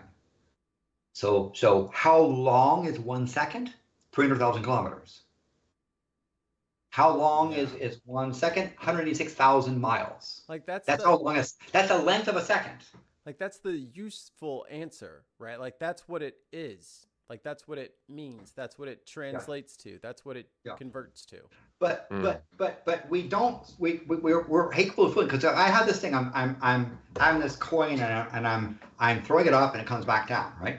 Every time, right? And you say, why is this thing going up, stopping, and coming back down? Gravity. And the old gravity, or the excuse of gravity, and say, well, the force of gravity. First of all, you learn gravity is not a force; it's an effect. Right. Yeah. And that when you throw something up and it comes back down, you are seeing curved space. What do you mean? Yeah, because if you was to throw it up high enough, it's not going to come back down in your lap. Yeah. Well, It's going to come back down somewhere over there. But Newtonian principles are still true today, which is something in motion will remain in motion unless influence bounce off something acted upon by another force. So when you throw something up, it continues in a straight line. Mm-hmm. And it keeps going straight. You're moving. Well, even then, the notion of saying, well, let's say I throw up a cricket ball or a baseball high enough that it takes 1 second to go up to the top, and then 1 second to fall back down. And let's say I'm at super high altitude, so air resistance is essentially negligible. You see that arc going up and down, you're seeing curved space, but very slightly curved. How do you mean? Well, let's say you plot. Okay, I'm going to plot the distance, right? And if you plot the curve of, let's say this is time. So here's 0 seconds. Here's 1 second. Here's 2 seconds, right? I'm going to throw it up. It'll reach the peak, and then come back down. That little parabola, right? It takes 2 seconds to go up 4.9 meters. So I have a graph. This graph, here's coordinates. This graph is 4.9 meters high, because that's how long it took, and 2 seconds wide. Now, let's put them in the same units, not time here and distance. Let's convert 2 seconds into meters. How long? What's the length of 2 seconds in distance? 600 million meters. That's the speed of c. That's what c takes to do 2 seconds. So this graph I have is 4.9 high and 600 million wide. Right. Now you say, well, wait a minute, you've got scales wrong. Yeah, this scale is quite compressed. If you want to have this thing be the same grid as this thing, now on your graph is 600 million units long. Right. And if you imagine what that looks like when you start the beginning of that line is so close to the axis, you can't see the. But it's different. It is not flat. Okay, yeah. Oh my. That is curved space. So when you throw a ball up and catch it, the ball's going in a straight line, and space is being curved and it's following the curve. Yeah. That's where you can see where it's space. You just don't recognize it. And there's people like Einstein that said, Yeah, hey, you don't acknowledge it. You just think, oh, ball comes up, ball goes down. yeah. And so with the students, and I taught relativity as a bunch of high school students up in Canada, and I started off the lecture, the thing, this course, and I had a medicine ball, but imagine thing, and I said, what happens when I let go of this thing? I said, oh, it's going to fall down, right? I was like, well, let's try it, right? Boom, right? And they say, why? And they go and they say, oh, force gravity. Well, some people even had clever things that they could move. Meters squared. And it's like, no, that's not what happened. And then Feynman, would go down and say, no, because I did the same thing. Feynman said, I think he had a pencil sharpener, right, that he would drop on his desk, and he did enough times that he broke his pencil sharpener trying to get me to see it, right? And I said, you're fooling yourself. Why is it going down? He said, I let go of this thing. I don't push it down. I let go of it. Newtonian principles say it stays the same. It stays where it is. In fact, if it was up in the space station, out in space, it would just hover. What is this hitting the ground thing? It's because the ground accelerates up and hits it. It stays same, it stays in place, and the ground accelerates up and hits it. It's not, it falls down. Space is accelerating. Right.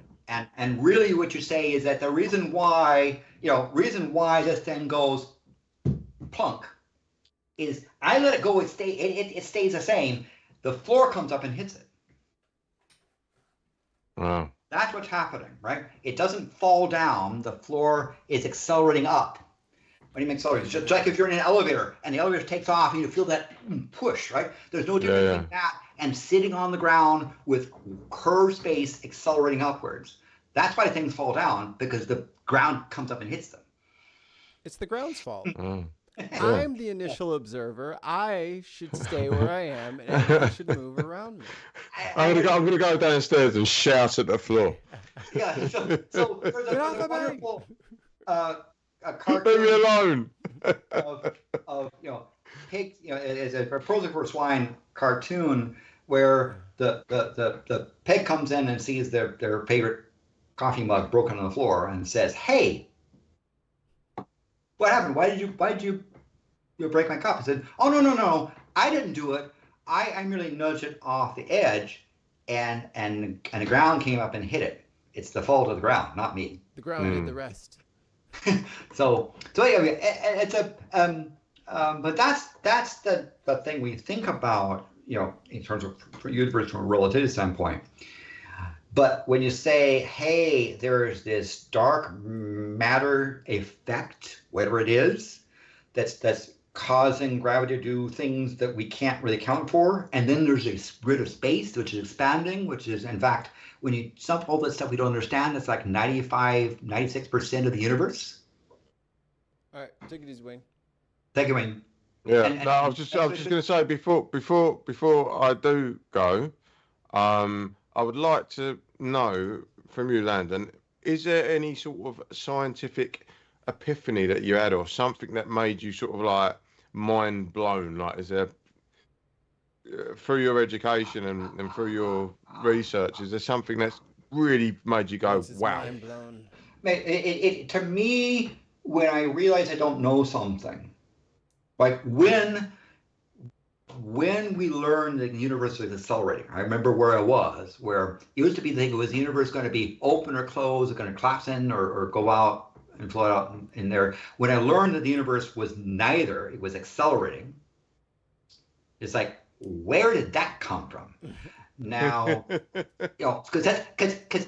see, this is a scientist. We get excited when we really don't know something, because that's how you learn, right? Dogma says this is the answer. Deal with it. What science values is those that ask the right questions at the right time to the right people, right? And that was the thing. That's where people like Hawking or Feynman or Einstein, they ask the right questions and say, oh, you got to point that. It's interesting, right? And when we realize the universe we don't know why. Now there's stuff to learn. I can remember early on in my career when I learned about the weirdness of quantum mechanics.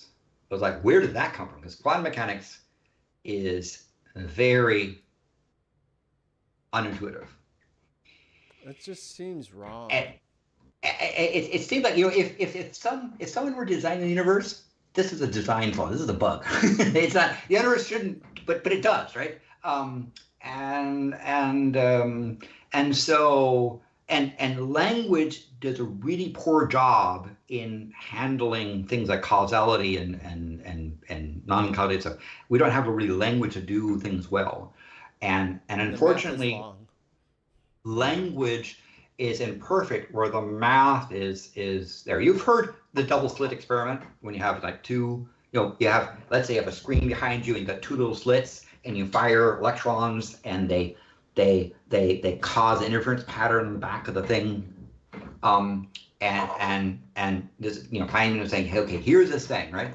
That I fire electrons one at a time. There's two little holes, two little slits in this middle thing, and a detector in the back. So when I fire electron, goes bing, and I see the spots and start plotting them. I find that it isn't that the shadow of this hole is where the electrons show up, or this hole. You get an interference pattern as if they were like wave-like stuff. Okay, and you say, what's happening? I say, well, obviously, it must be interfering with itself going through. And then we say, well, it is as if the electron goes through both slits, which is wrong. The electron, that pattern, right? That pattern there, that pattern from those two things. And so the common thing, here's how language get. You might say, okay, let's do some experiments, right? If I close off one of those two slits, I will see the shadow of the remaining slit show up. If both slits are open, I'll see this interference pattern. So you ask, what's it doing, right? And you say, well, it's going through both slits. Well, if I close off one, no, they all show up. If I close this one, if I close both of them off, nothing shows up. So it's not like it is tunneling around backside or so forth. There we go. So it's neither going through one nor the other, nor the other thing is nothing at all. If I take that screen, if you take that purple screen and you bring it right up next to the slits, what happens? Do you see the electron go double dink on both sides? No, it only goes dink on one or the other. Right. It's clearly, and there's no interference pattern because when that screen goes right up next to it, it's clearly hitting the screen only in one spot. Mm-hmm. So it is not true. So these are things that are false. The electron doesn't go through at all. The electron only goes through one, and electron goes through both. None of those are correct. Wow. It is, so when you say, oh, the electron goes through both and interference, no, because you can design an experiment, you pull the thing in front, and it always goes through one. The electron is neither not going at all, neither is going through one, neither is it going through both. Neither, you can put a little, what if it goes into the dance around between the two things, because it spins around and does some weird path? We can stick things on the side to catch that. Yeah. So it's neither weird paths, nor both, nor neither, nor none. And at that point, I'm thinking, well, but come on, you just eliminated all the possibilities. Yeah. And said, no. You got to leave your preconceived notions. What happens is superposition. Yeah, I mean the electron interferes with, no, because you can show when you bring that thing forward, it doesn't go through both. It goes only through one. Right. What happens is superposition. What is superposition? It's this quantum mechanical wave thing. It's that's what it is. It's not. But language, we have interpretation. Say, well, it's like if it goes through both. It doesn't go through both. You can verify that the electron doesn't go through both. You can verify the electron doesn't go through one. You can verify the electron doesn't go. What does it do? There's a sixth option, which is superposition. Speaking of language, does in the scientific world is there an issue with language, as in how you sort of communicate your theory? Yeah. Yes, and here's the thing. Feynman, the reason why Feynman spent time trying to teach me relativity is that Feynman's convinced that if you can't explain something in a simple manner, you don't understand, right? He says, I don't want to use what he called the language of the priesthood, give these magical terms and so forth and mystery things. I want to explain it in simple, ordinary, thing. But the problem is sometimes things are so weird, like superposition, that are we don't have the words to describe this quantum mechanical effect, which is real. Landon, I need you to start Dr. Seussing it up and start making some words. Yeah, I think that's the issue, because they use a lot of words. They use a lot of words that people already know to explain a new thing, rather than give me a new word. Call it a glorpsplin, and then I have to what that glorpsplin? All right, now I have to learn. Go all Terry Pratchett or Tolkien and just make shit up. Yeah, but own it. We're talking about Mr. Quantum Electrodynamic, Quantum Thermodynamics, Mr. Quantum guy. Yeah. And knew enough to know he didn't understand quantum mechanics, because the superposition thing, it said we don't understand, so I can't give you something that makes sense. Where you can that relativity thing, I was throwing out the ball and doing this stuff. Yeah. Well, it's weird. I can describe it. Where quantum mechanics is even weirder. In part because we don't know. Here's a big thing like that. That electron has mass warp space. So you could, if you're sensitive enough, you can feel the gravitational effect of that electron going. Right? Mm-hmm. Right? It'll warp space. It's got makes mass. Me comfortable.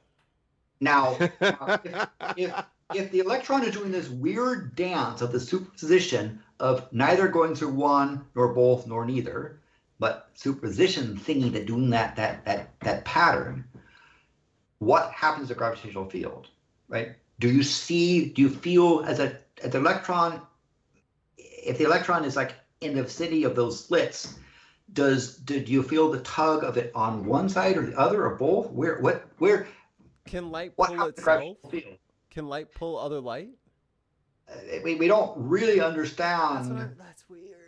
This is good stuff. See, this is quantum mechanics, which is well verified, and relativity well verified. Some of the most verified things, and when they interact, they don't play together. Why? Because neither is correct, and we don't know the right question to ask. I was say maybe they're both wrong, because that makes the most sense. Right? That's probably the case, because going on the one camp or the other is probably doomed to failure, and there's something else that we're not seeing. We're fooling ourselves. We don't understand. And so, some extremes, like what happens at the edge, at the event horizon of a black hole, right? Is relativity says that's a hard edge. There's a spot edge where you have to go faster than c to get out, right? That's the edge, and so relativity says there's a hard edge that you can say in and out, right? Quantum mechanics says no, you don't get to hard edges. Everything is fuzzy, everything is wavy, everything is because you could just tunnel your way out. Like, I don't need to go faster than c to get out of here. I'll just tunnel through the side. You can just go full Minecraft and just and that's one of the things that Hawking basically said. By the way, folks, black holes aren't black; they glow, they leak. And if this is event horizon, right? And I have empty space. Right, empty space is not empty, right? There are virtual particles that pop in and out of existence for a little time and go back in, like they embezzle energy and create stuff and then put it back in the petty cash drawer before someone comes in counting and says blah blah. So because they're going to get sucked back in. And so we can, thing like calculus experiments, we can show that there is an energy, there's a thing popping in and out of existence in what we think is empty space.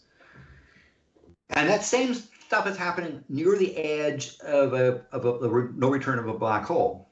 Well, what happens when a pair pops out and one goes beyond the point of return and can't get back? What does the other one do? Like it an entangled becomes pair? not. Yes, one of the pair goes in, Oh, the other yeah. pair doesn't. They can't come back and put the energy back into the pentacash drawer. They get caught. And the result is this thing appears outside. Where do they come from? From the mass that's inside the black hole. So, And that's how black holes leak. Because if my- you have two entangled particles, right? And if they get so far away that the bond breaks, what ends up happening is you get another two, right? So, Yeah, so if one goes yeah. in, The other one. I mean, is he still entangled, or does he just make the second No, one? the second one goes from virtual to real. Okay. And in fact, that's Hawking radiation. That's the black hole leaking. And that's how like you'll get out of a black hole in 100 trillion years when it finally radiates your data back out into the universe. And ironically, the smaller the black hole, the faster it leaks. Because the curvature is harder, right? The small black holes have a more curved edge, and so they can do more of that leaking stuff than a big black hole that's got it almost flat. surface. See, this is what's always intrigued me, like, because I'm a massive Muse fan, and they talk about supermassive black holes in one of their songs. Oh yeah. And I was just wondering, whilst you're here, like, what's at the other end of a supermassive black hole? So bad question. Physics used to say, well, when you go beyond point of return, there's all these singularities. These people like Penrose that came up with this description that there's nothing that stops it, and you get this. They say you get this infinitely dense thingy. I would be surprised if the universe tolerated infinities like infinity does.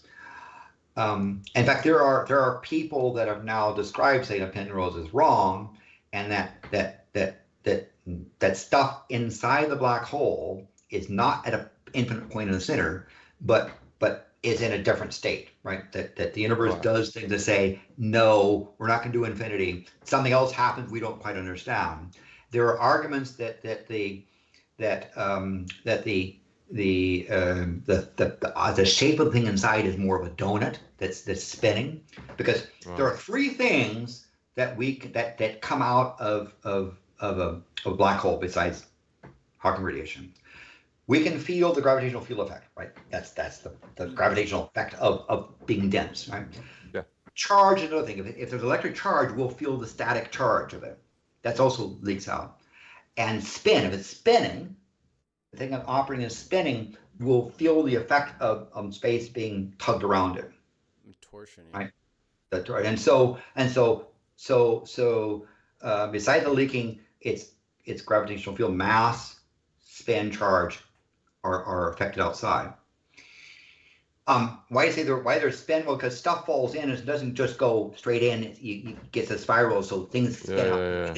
So one of the models is that the object turns. It's spinning too fast. It centrifugal force forces it out, and it may be more like a ring than a point. Right. In Feynman, when I'm talking about how do you describe, remember those dimensions? We're talking about dimensions and coordinates. What's the best way to describe space-time on the other side of that event horizon? It turns out that the best way to describe space is by, if you talk about distance, there's only one distance. There's only one direction, down, right? You're going down, no up in their butts. So you have a down arrow. You have one dimension, which is your timeline is down now. No, distance is distance. It turns out with time, the best way to describe time inside beyond the event horizon is with three coordinates. What? Where space is, time is, remember, it's just a coordinate system. The best way to describe time, it gets really twisted beyond the event horizon, is to use three coordinates. So you have a left-right time, an up-down time, and a back and forward time, right? That's time gets so weird inside from our perspective. It's better to use three dimensions to describe time and one dimension to describe space, which is down, right? Things are it really is quite twisted on the inside from our perspective, but not that that's what it is. From our perspective, we would describe things inside with 3 dimensions of time and 1 dimension of space. And what do you mean by multiple dimensions? Well, it's a coordinate system. It's like latitude, longitude, altitude. There's a time gets weird down there, gets twisted. So we don't know, but there are some models from mathematical model. That's the best way to describe mathematically. A where and a when is I have one where which is down to the center, and when has kind of multiple coordinates because time gets quite twisted down there. It really is a bizarre set of. I know how to solve this, Landon. We need to devise with our own broken human brains like a standard observer. Yes. To which to make all of our inferences from something that is completely outside of our senses. You know what I mean? Something that has nothing to do with us. Something that is just math. Something that is just science. And use that as a scope to look out, because the more we try to use our eyes and try to try to really rationalize like physically what we're trying to investigate, it's like the further we get into our own black hole, because we're trying to use ourselves, but we're really bad instruments for measuring the universe. We're really bad at it. Well said, Mikey. And if Feynman heard you say it, he'd be jumping and say, yes. You understand? Well, I'm done. I'm done. We don't understand. Mikey, do you want to drop your mic right now? But and that's why like that superposition, which is neither one nor the other nor both, and it has to be described by this Schrödinger wave equation. Means we don't understand because it's hard to say what it is, because we have to. Mathematics is a tool to try to predict what happens, and given quantum mechanics, it seems to be wave equation seems to be a very good job of describing what's going on down there. But you say why? What does that mean? What's interpretation of stuff? That's where we lose, and probably because there's something fundamentally we don't understand, and relativity and quantum mechanics don't play together. Right. People think, well, maybe there's a higher theory. There's like a quantum gravity thing, or some other stuff. Unified field equation. String equations, and they try to place the input, but not successful. And Feynman would say, if I could describe superposition in simple, non-technical terms, I've understood it, but I don't. I have to show you wave equation and say that's what it is. Did he have like an accent? Like a New York kind of, like Chicago, New York kind of, because I want to say I watched the whole thing with him. He was. I mean, I saw him as more of a Californian accent. He was hanging around Caltech and Berkeley. Right, lads, I really have got to go because I've got work to do. Thank you again, and please check out. Or else, check out the Politics Social. Yeah. Are you going to be there tomorrow, Landon? I would love to do it if you're invited, if you don't mind. I'll get you a link, Landon. I'll send you. Yeah. Mikey, you need to be on there as well. So subscribe to Politics Social. Mikey, subscribe also to Different Bias. They do things, even if you're not in that place, because you'll learn something. Yep. Yeah. It's always nice to learn. It is shocking how little Americans know about how a parliamentary system even works. So just go for the research of it, because we don't understand the parts over there. And me and Mikey learned a lot about Swedish politics from Zlatan. We saw that when they protest, they throw bicycles at police bands. Oh, it was the worst protest I had ever seen in my life. So that's a different bias. Also watching it because he has really great analysis. Some of the best analysis I've seen in political stuff, and he admits when he's wrong. He shows stuff. He does when he's speculating. I think he's one of the best commentators on politics that I've ever seen.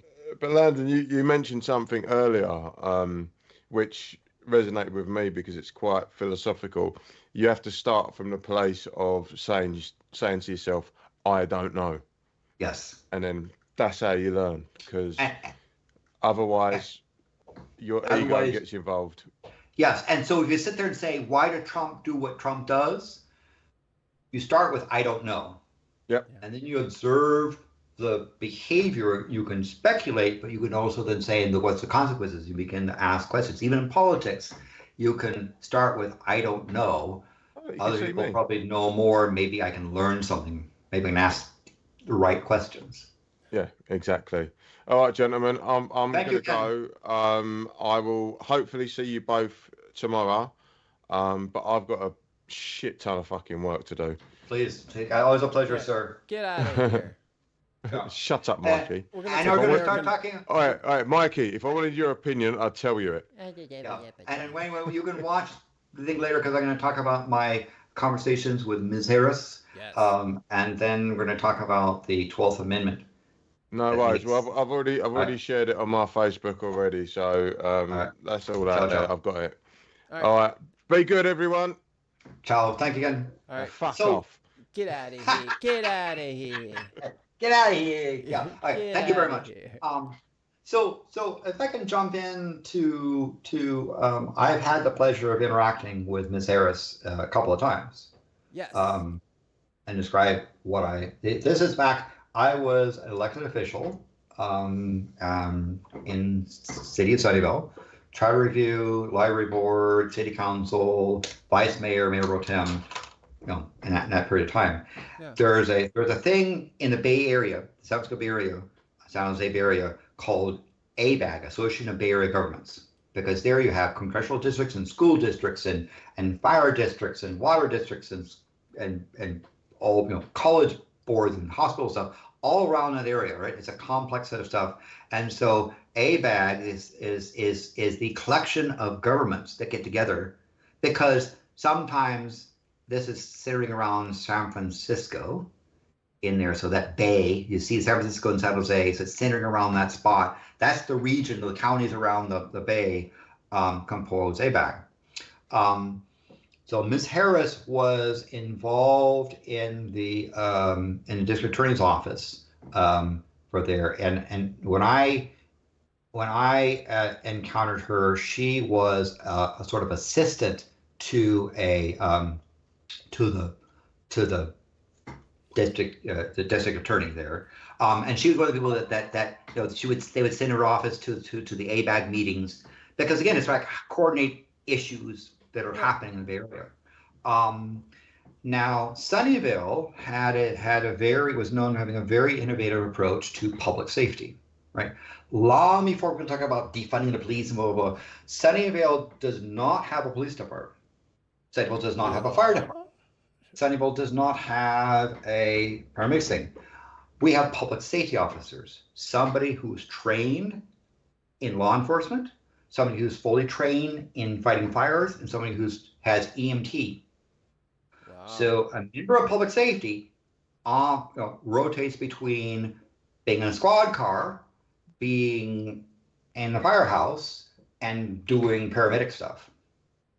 And in fact, we don't have like the typical fire department. We have a bunch of people sitting in a firehouse waiting for a disaster call to go on. Yeah. They're out in the community, driving, riding bicycles, walking, interacting with the community, handling law enforcement and safety issues, as well as stuff. We have a number of stats that talk about Sunnyvale. As talk about cities over 50,000. Sunnyvale is around 125, 150,000. We typically were amongst the bottom 5 in rates of crime, whatever statistic. I mean, Sunnyvale, a super safe city, and so Ms. Harris was involved with San Francisco. They have their problems and wanted to understand what's going on in Sunnyvale. So Sunnyvale puts on these classes. How are you so good at this? Well, but here's the thing I says that she doesn't simply come by into the all hype, because I give you all the pro Sunnyvale stuff. She come and ask questions like, how do you know you're better? Right. Why? What's better? What does it better mean? Right. And I remember, I talk about usually that you have these 3-day classes where new city employees learn the Sunnyvale system and are performance-based government, as well as it's not intuitive that people know what these positions are or what is expected of them. So that makes sense, to learn. And there's a lot of curiosity of people from around the world that show up. We've had people from the Quebec show up. We have people from Argentina show up. We have and so it's common to have other people sort of show up in the class. And so there's a time where I would sit down and open up the read class, and I come people, and the usual practice, if there's someone there, you acknowledge them, right? You say, I'd like to acknowledge that a county supervisor from the state of Nevada that's curious about stuff, and you do that thing as well as the new employees. And by the way, for example, people like Bill Clinton and Al Gore came to our city and went through our class to sort of learn what is it we're doing and why, right? So Ms. Harris was interested in that. I remember that when I was coming to acknowledge, so you see the list of the people that are not just employees but dignitaries, and I looked the name, and I said I'd like to acknowledge. Pause. Ms. Harris, can you help me how to pronounce your first name? She says, oh, isn't that nice? It's really simple. It's comma law. Think the punctuation. She did a comma law. Comma law. It's Sanskrit. It's in Sanskrit. I think it was she said the name of a flower or something like that, or something really good to a flower. You put the first emphasis on the first syllable, right? So it's not Kamala. Yeah. It's Kamala, right? And she had me pronounce it there. And but she said, thank you very much for asking, because most people just don't. Some people still can't figure it out, even though they're corrected on national TV 45 times in a row. Still can't figure it out. Another thing as well is one thing I also discovered is that when you're talking to her, she's talking to you, she's looking at you. I'm not just glancing your direction. She is paying attention to your face, where you're looking, your eyes. She's because that's visual cues. They're if you're sitting going, if I'm going like something, no, it's like, I'm saying something different than I'm looking at you to see what is Mikey doing, what you're thinking, where your mood, what's your expression, right? How are my words affecting you? And so when she paid attention to you, you knew she was focused on you, and she was reading even those nonverbal cues. I presume this is part of what a good prosecutor does, is to not just look at hear what someone says, but how they say it, how they comport themselves, and how they, So that was one of the things I said, this person is studying me in my response. During the break, we had a little discussion, and we that's where I was beginning to learn about some things, like, for example, the fact I learned that she grew up in Oakland on Bancroft Way. Oh yeah, I used to also hang out in Oakland, blah, blah, blah. In fact, I know where Bancroft is. I probably walked by the house she grew up in. There, I'm sure, because I know I walked down that street sometimes. She's a bit, a few years younger than me, because I think she was born in like 1964. I was born in 1960. So we're she was born October 20th. I was born October 24th. So she's a couple years younger than me. But we knew, we talked about Oakland. We talked about the Black Panther movement, and the effects of the aftermath of the whole that situation. And it was interesting thing for stuff. And after in class, that's when she learned about the fact that she also was talking about that she was we were talking about, because I was talking about universities, and she was actually served as president. She said she was president of the Black Law Students Association, because she was involved in law. By the way, Trump, Black Law Students Association, and you ask if she's black? Come on, dude. He didn't get that far. So you read the cover of the book, okay? And then she was asking some challenging. She wasn't just accepting Sunnyvale's shtick and stuff. Yeah. She was asking hard questions. How do you know when you're majoring? I remember later on when it came to the end of the class, and she gave me the curveball. She says, Landon Noll, what is the guiding principle of Sunnyvale public safety? And I said, well, it's simple. We prioritize crime prevention over fighting criminals. She says, why? Right? Because again, she's just not taking that little thing. Why? I said, a criminal is somebody who's already committed a crime. We want, in states of public safety, to prevent crime. So crime prevention is much higher than fighting someone who's already committed crime, right? And I said, and you look at the metrics, like one of the things I'm doing as a council member in adjusting the priorities is putting priorities on early tells of somebody who might become a criminal. And what is that? Animal abuse, people who abuse animals, people who are abusive, let's say even mildly abusive to children, people that abuse their spouses. Those are early tells, and among other things, that if you can intervene and prevent crime before they become a criminal doing something worse. Yeah, because that person has a problem with power dynamics and where they sit in those power dynamics, and they would like to not be where they are. They'd like a shortcut to somewhere else. Yeah, and so I said, this is why we're going to eviscerate our homicide department, because we had 5 full-time people in the homicide department and we hadn't had somebody murdered in several years, and say we want to put those onto, family problems with animal abuse, truancy, home problems, people running their home. Those are the things, if we can work on those. And how do you do that? You don't do that by a cop going up and banging on the door saying, you're in arrest, right? It better be peaceful in there.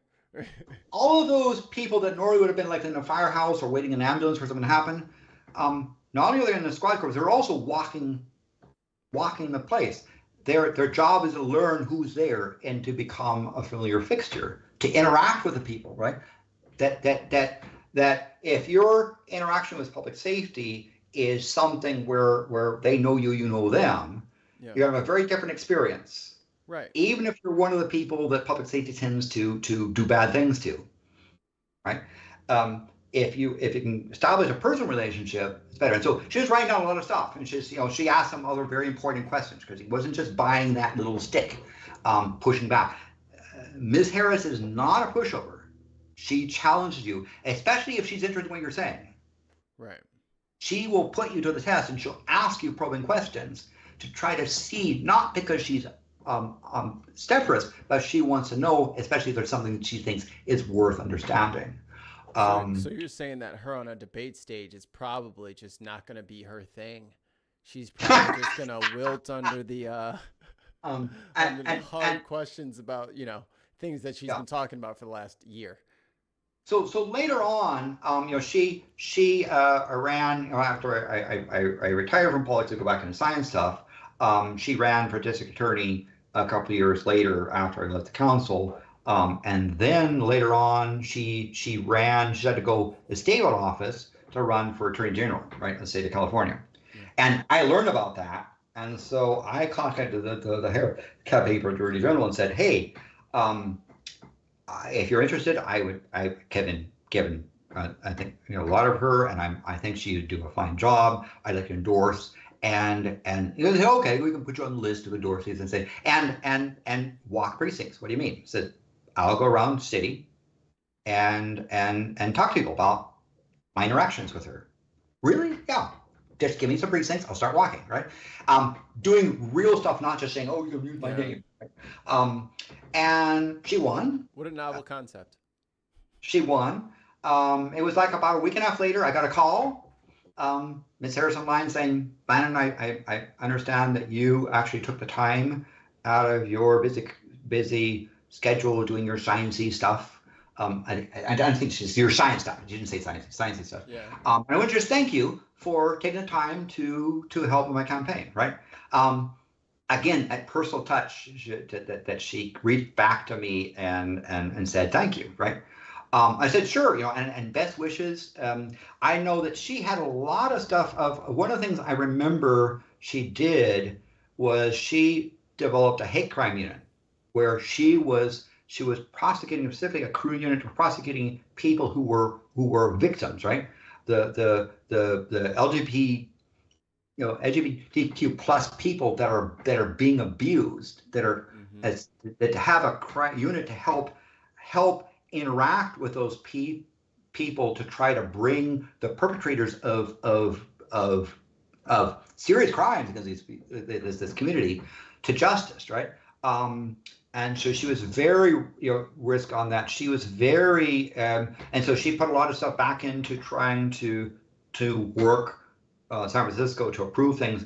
And then when she came Attorney General, she was focusing on, that was one thing she focused on, people who were really being abused because they were the other that people like Governor Florida man dump on, right? Those people.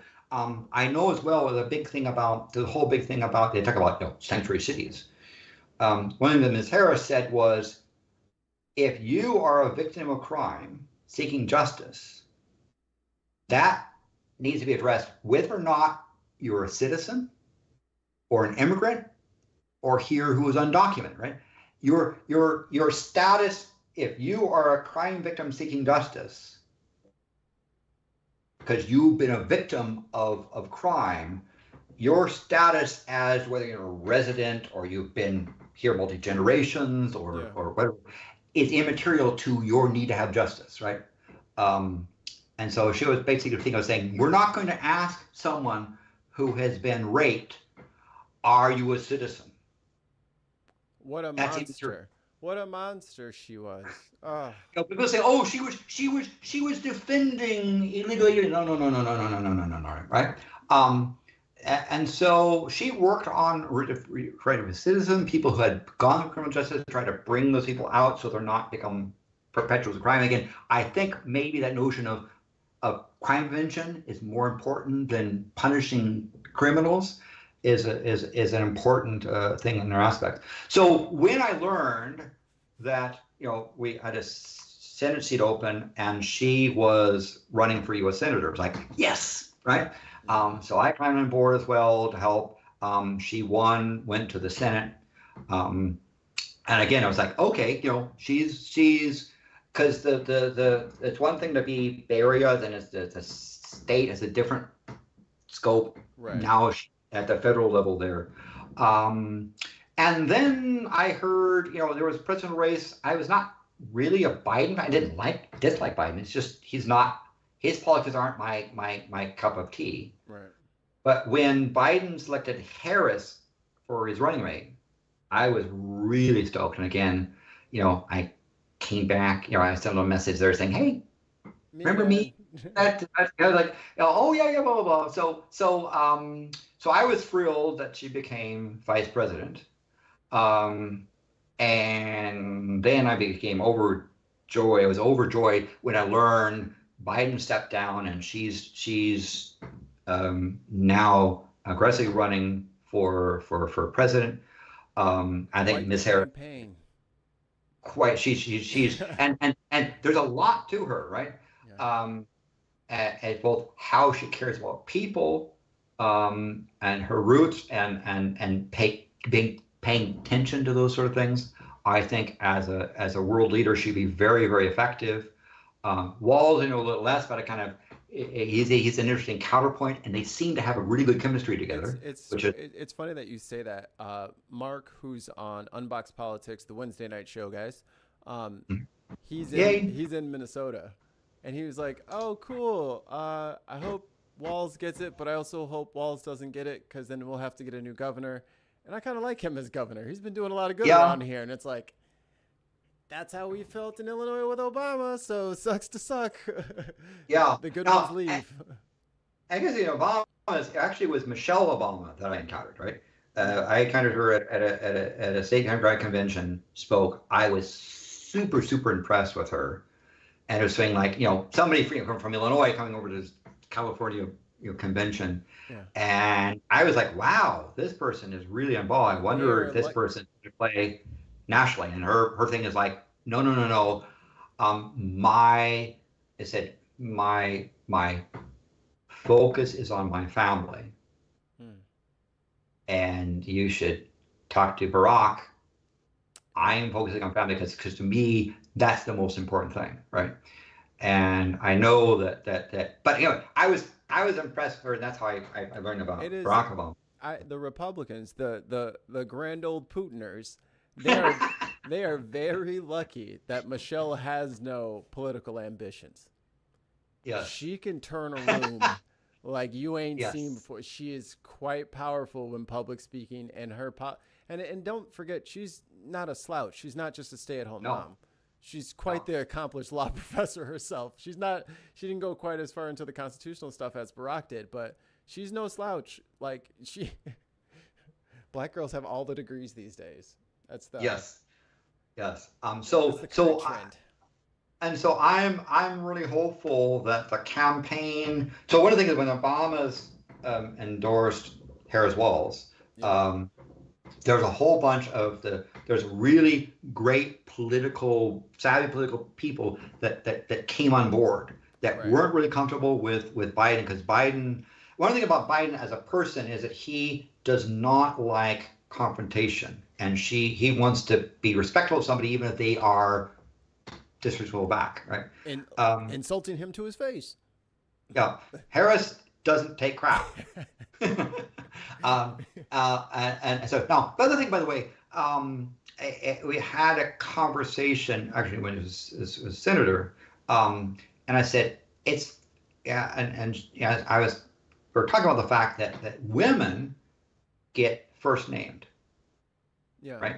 Does someone talk about Joe and Donald and Bill and William? No. They last name them. But if you are a female, you're Kamala, you're Faye, you're Hillary, right? It's something I think that is there's a I think an inherent bias where female political leaders are first named. Right. So you heard me talk about, even though it's Kamala, it's Ms. Harris, Vice President Harris. It's the Harris-Walz campaign. Now she just plays the thing with the common law thing, that's sort of a stick thing like Barack did with his name. But that's a thing I think that I would encourage people to do when you're referring to, if you don't know her, and you're dealing with her, it's Vice President Harris, hopefully President Harris. Now, and Kamala Harris, I will admit that I do fall victim to the first naming thing. The only lifeline I'm going to throw myself here is that her first name is way more interesting than her last name. Yes. And like only because like if her name like Giannis Antetokounmpo, we don't call him Antetokounmpo, and we call him Giannis not because we want to be disrespectful. Just Antetokounmpo is 87 syllables and hard to go with. Harris is less descriptive of who I'm trying to talk about. But like for Trump, it's very rare that we'll say President Trump. I'll call him Tiny Hands, or I'll just say some sort of insult. Joe had his nicknames. I had names for Rafael Cruz. I got names for everybody. But that might just be because I'm a podcaster and I'm like on the internet and I'm talking about these people so frequently that I get to that. But I do definitely understand what you're saying, where it's kind of that lack of authority towards the politician, as long as she's female. Like, and it's hard to do. There's so few of them at this level that Hillary, I kind of understand people not wanting to be respectful to Hillary, but at the same time, the office and they're not stewardesses, right? Like there's a flaw in the system itself, and that I do understand. And given that there's nothing wrong with referring to someone's first name, but it's the systematic thing of downplaying female is there. But I can tell you that for example, conversation that I had again with this is the thing with is Obama, Michelle Obama. She talked about going showing up at the White House and seeing this, you see the staff and all your people that are around you, the staff that sort of runs the show, that people that, because it's like a hotel with people running behind the scenes and so forth. And so she, people were coming up and saying, that Ms. Obama, First Lady, giving her a title, and she was like, oh no, just call me Michelle, and they kind of resisted, and apparently they did the thing that Barack, Mr. President, and wanting to have him have all the fineries around being dressed and all the butler stuff there, and he was like, yeah, no, I can do myself. And finally, she said, one of the staffers came up to me and said, Ms. Obama, please understand that you being here in the White House is a miracle I never thought I would see. We want you to receive the same level of care as all of them in the past has done. And said, you being here, you said you don't understand how much you have invigorated us, because we're behind the scenes folks that never thought that somebody like you would be here. So please, for our sake, we want you to have the best treatment that all of them in the past got. Right. Like, Don't make it casual now. Now that you're here, don't turn this into a casual thing. You keep it just as regal as it should be. Yeah. And the conversation, this is a room. This is not a direct thing, but it's a room. One of the caucus meetings there, and so someone asked and said, "Well, then what do you do?" And said, "Well," I said, "Okay, I get that, and I'll honor that. But let me tell you, my mother-in-law, no, right? My mother-in-law still wants to do her own laundry, so I'll have my husband issue a proclamation order saying this person gets to go into the White House laundry, teach her where the soap is, and she does her own laundry, does her own folding, because that's who she is, right?" Mm-hmm. I said, so you can give us all the highfalutin butler thing, but my mother-in-law never it's not gonna happen.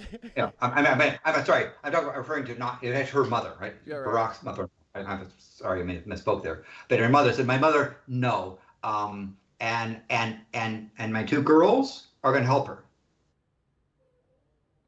right? Because they got to learn. They got to learn to live as people. So, and she probably said, the family dinner table and the family zone was a telling Barack, keep your thing on side, because it's daddy time, it's children time, it's family time, here at the dinner. And yes, things interrupted when something happened, but the light part, she really worked hard at trying to have her family have as close to a normal life as possible. And I hate to say like normal in a normative sense, but just something that is family and healthy and social. Like that healthy family socialization is important. So if you're out there, if it's playing switch with your wife, even though she cheats and pushes you into the holes on Mario all the time because she's not a very skilled player and she lets you use your extra lives as her spare lives. Not implying anyone. Not implying anyone. Not talking about me, someone I saw on the internet. But those little things are important, and to see a first lady prioritize that is just shows the difference. She could have run for president, right? She's that. Republicans, y'all better be quiet over there. Don't make it too dire, because she'll come out with Beyonce as VP. What will you do? What will you do? So I would have been for the last moment talk about January 6th, 2021, and what was the purpose that Trump did in trying to get Pence to do a switcheroo on the ballots. These so-called fake electors, right? Illegal electors, right? Electors on there.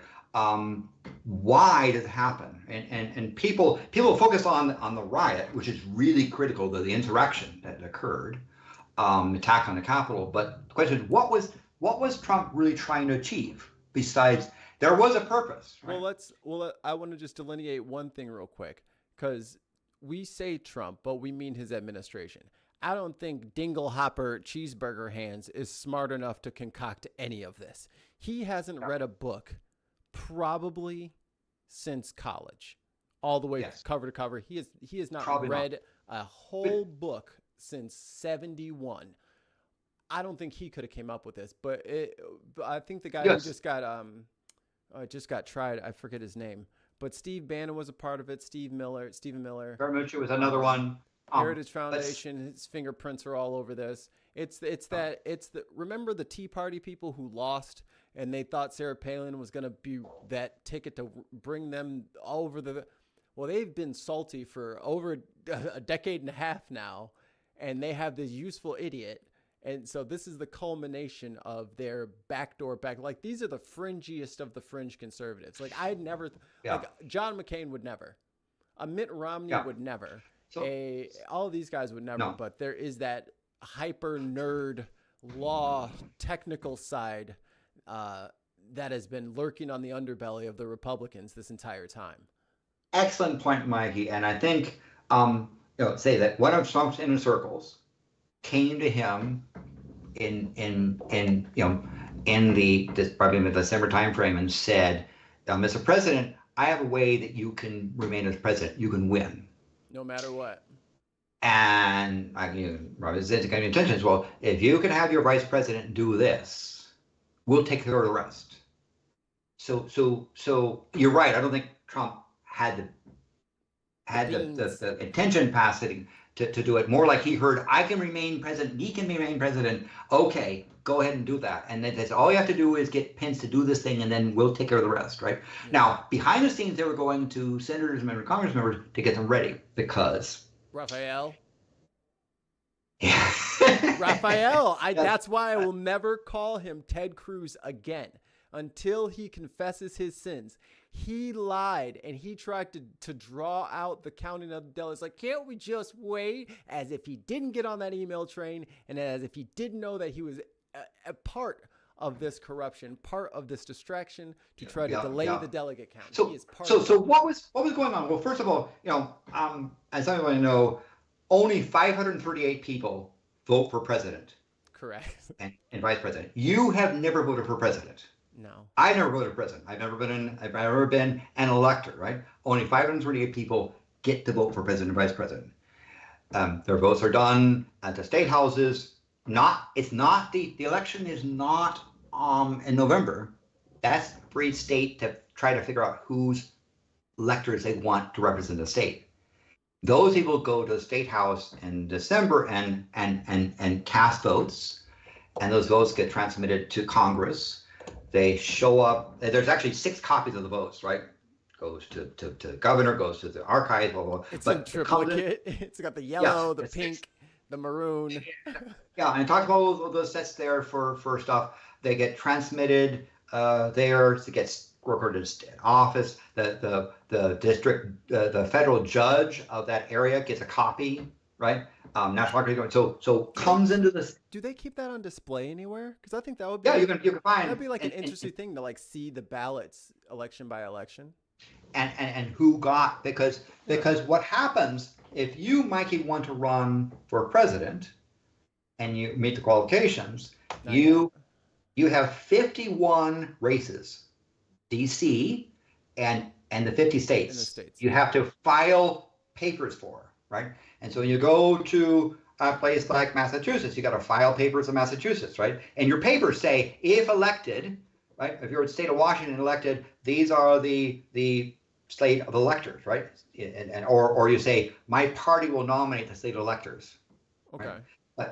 But so if you win in your thing, then your electors come together in your state capital or the DC and cast votes.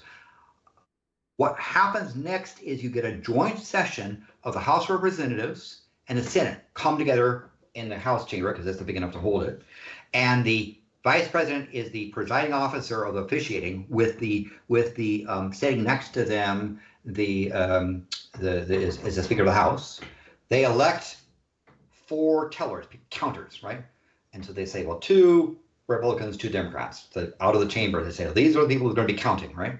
And so what happens is the vice president, who's presiding, opens up, and then you've got 2 boxes. A scroll. From, I think it's from one box, I think is from, if I remember, like A to H, and one is they're divided into 2 sets.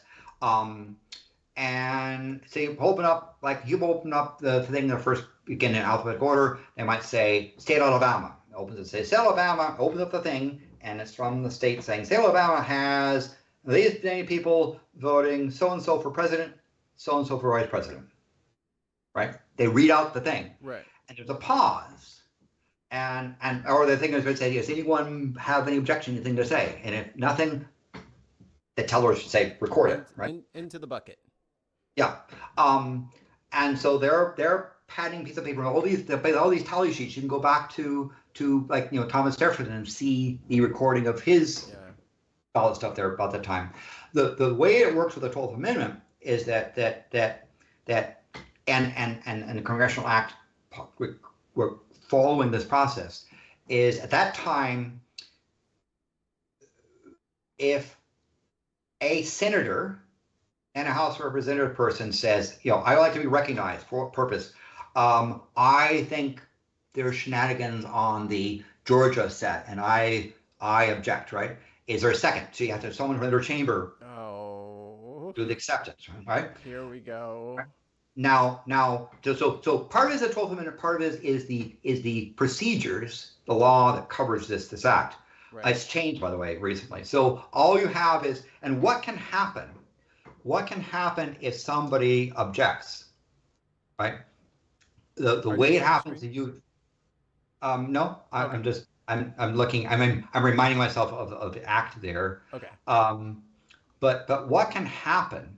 And answer is that if there's an objection that's valid, then the senators go off to their spot, House of Representatives stay in, and you then meet and hear the objection. Right. So that's why you have to have someone from the House, someone from the Senate being on the object. And so they come to the House and say, Georgia, blah blah blah blah blah blah blah, object, right? And it takes a majority of people to sit there and to do what, right? What can they do when there's an objection? And answer, they can choose to set aside all or some of those votes. Like, let's say they open up the thing and somebody decides to vote for Joe Namath and Mickey Mouse. There'll be objections saying those aren't valid. Yeah. They can't be there. Or Mickey's not a citizen. If someone said from California said Harris for president and Gavin Newsom for vice president. Objection, because you can't, electors are not allowed to vote for the same, have the president and vice president come from the same state. Right. That's the other thing in the Constitution. It has to be different states. It's why Dick Cheney quickly left Texas to become a Wyoming resident, so he can then say to Bush, make me your vice president. Because if they'd stayed as both Texas dudes, no one could cast votes for others. So that's a thing. I always thought that would just be like an electoral waste. I didn't know it was actually baked in. Because the urban colonies say, hey, it's going to be New York, the big heavyweight, and they'll have all the president, vice president things. So we want it to spread around. We don't want them all concentrated, right? Yeah. And before the 12th Amendment, the vice president was a runner-up. Right, no matter what. Yeah.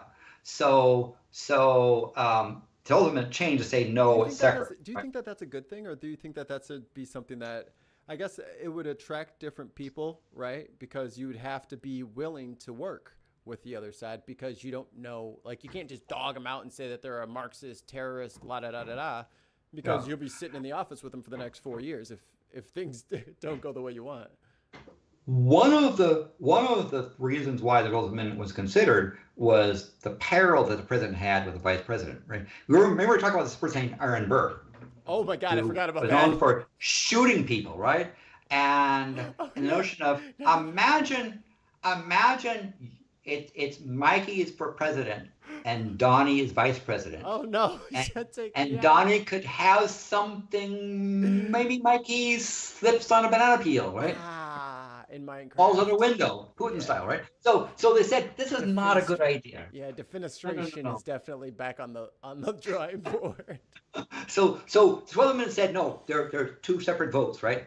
But not from the same state because they don't want all of the Come with a battle buddy. That makes more sense. Yeah. You're right. Now I'll point out that so the other thing that the 12th Amendment says is rather than before where they were just the electoral college would vote again and again, it was like Carlos or Cardinals. They kept voting and voting and voting. And sometimes it took so long that the inauguration day passed and they still didn't have a president or vice president. It was a whole big crisis then because no one could agree. Because you have to have a majority, right? The 538 electors, they have to have at least 270. Period, right? And so what the 12th Amendment did, and here's back to what was Trump trying to do, or what was the people telling Trump trying to do. If you do not win on the first ballot, something special happens. Okay.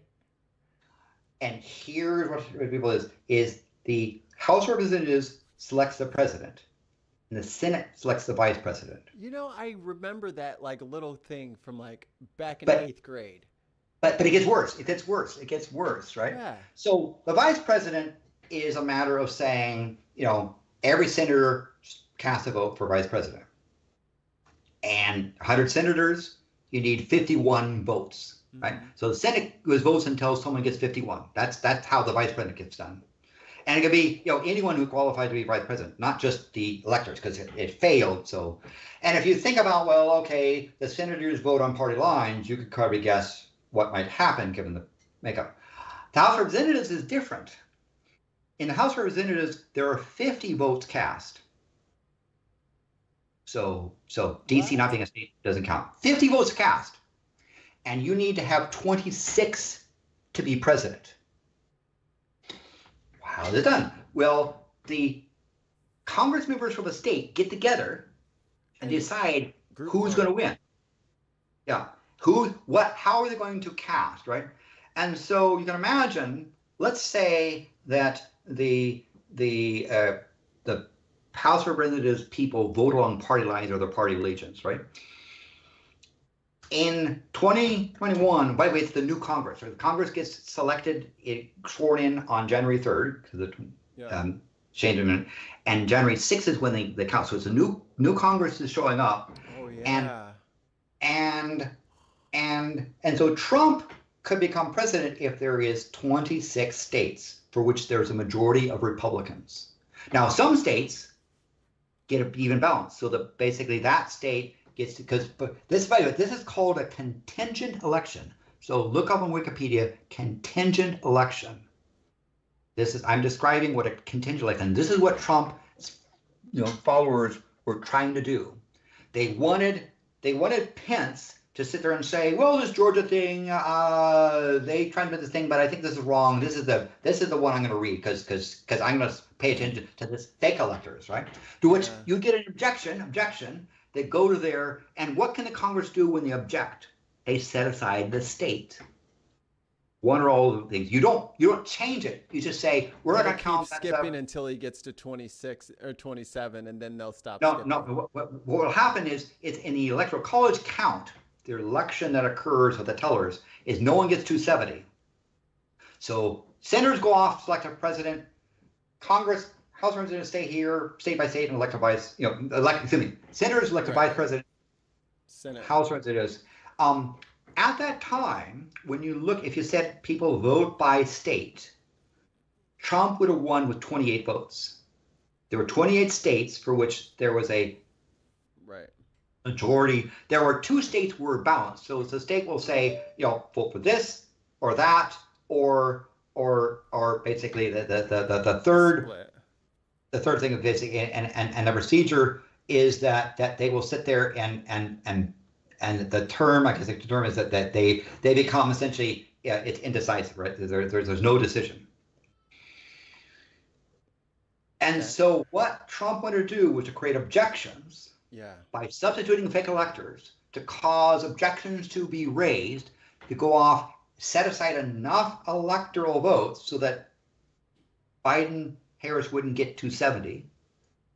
Throw it in the House and the Senate. Now, holy shit, Landon, that's way closer than I thought it was. Yes, that was the thing that was happening. Oh my God! And if Trump tried to get Pence to say, I can't do that, and say we could do it anyway, right? Do it anyway. Well, he didn't, so he tried to do this rally to get the people to protest. Why were they hanging Mike Pence? Because Mike Pence was not playing around with his game.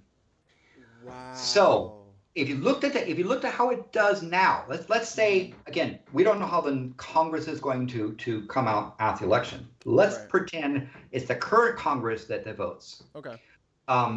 Obviously, what will happen in the Senate is that Walz would get elected because the Democrats have one more in the Senate. House of Representatives, there are 26 states for which there is at least one more Republican and Democrat. So Trump would get 26 states. 2 states would vote indecisive, and Harris would get 22. So if they can throw it into the House and Senate, Trump wins. On top of the current one. Now, that being said, you think like states like Colorado that are like within 1 of each other. Yeah. This is why my message to people is that please understand that the House and Senate things can matter, because if through shenanigans, the state of Arizona does a thing and says no, we don't certify, we certify this other person won, objection, and no one gets to the point, it's close enough that no one gets at 270 because they set aside stuff because of shenanigans. That's whether they're true or not. Yeah.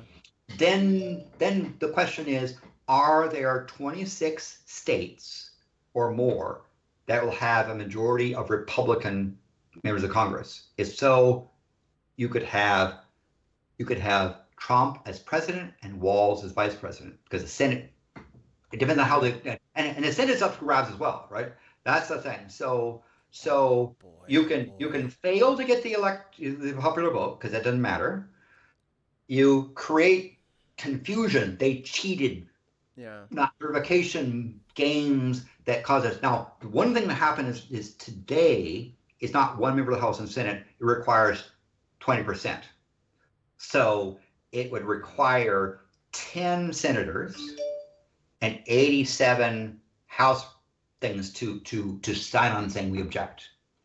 But are there 87 MAGA heads and 10 wacko senators to do something? You betcha. I mean, Kirsten Sinema really was a shocker there. Like sometimes it happens, and things that should be well and truly sorted, according to all the math and all the polls that everybody's done. And then you get somebody who's like, you know what? Yeah. I'm feeling independent today. I'm just gonna ruin this vote. Sorry. Yeah. And so the president says you got to have a majority. If no one gets on the first ballot, then the House and Senate, based upon, and the House is state by state, and there's a revision about if let's say it's 25 and they can't figure out how to do it and they keep voting past the January 20th time, then the vice president serves as acting president until the House can figure out how to do it. Same thing on the Senate side.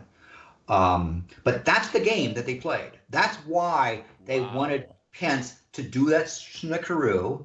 Why they want to hang him, to force him to say, take those fake electoral ballots, put it in. It doesn't matter. He said, it doesn't matter if they're wrong or not. Right. If they could have caused that to be counted, had Pence gone along with it, then there'd have been objections, certainly. And then the Democrats would have fought it.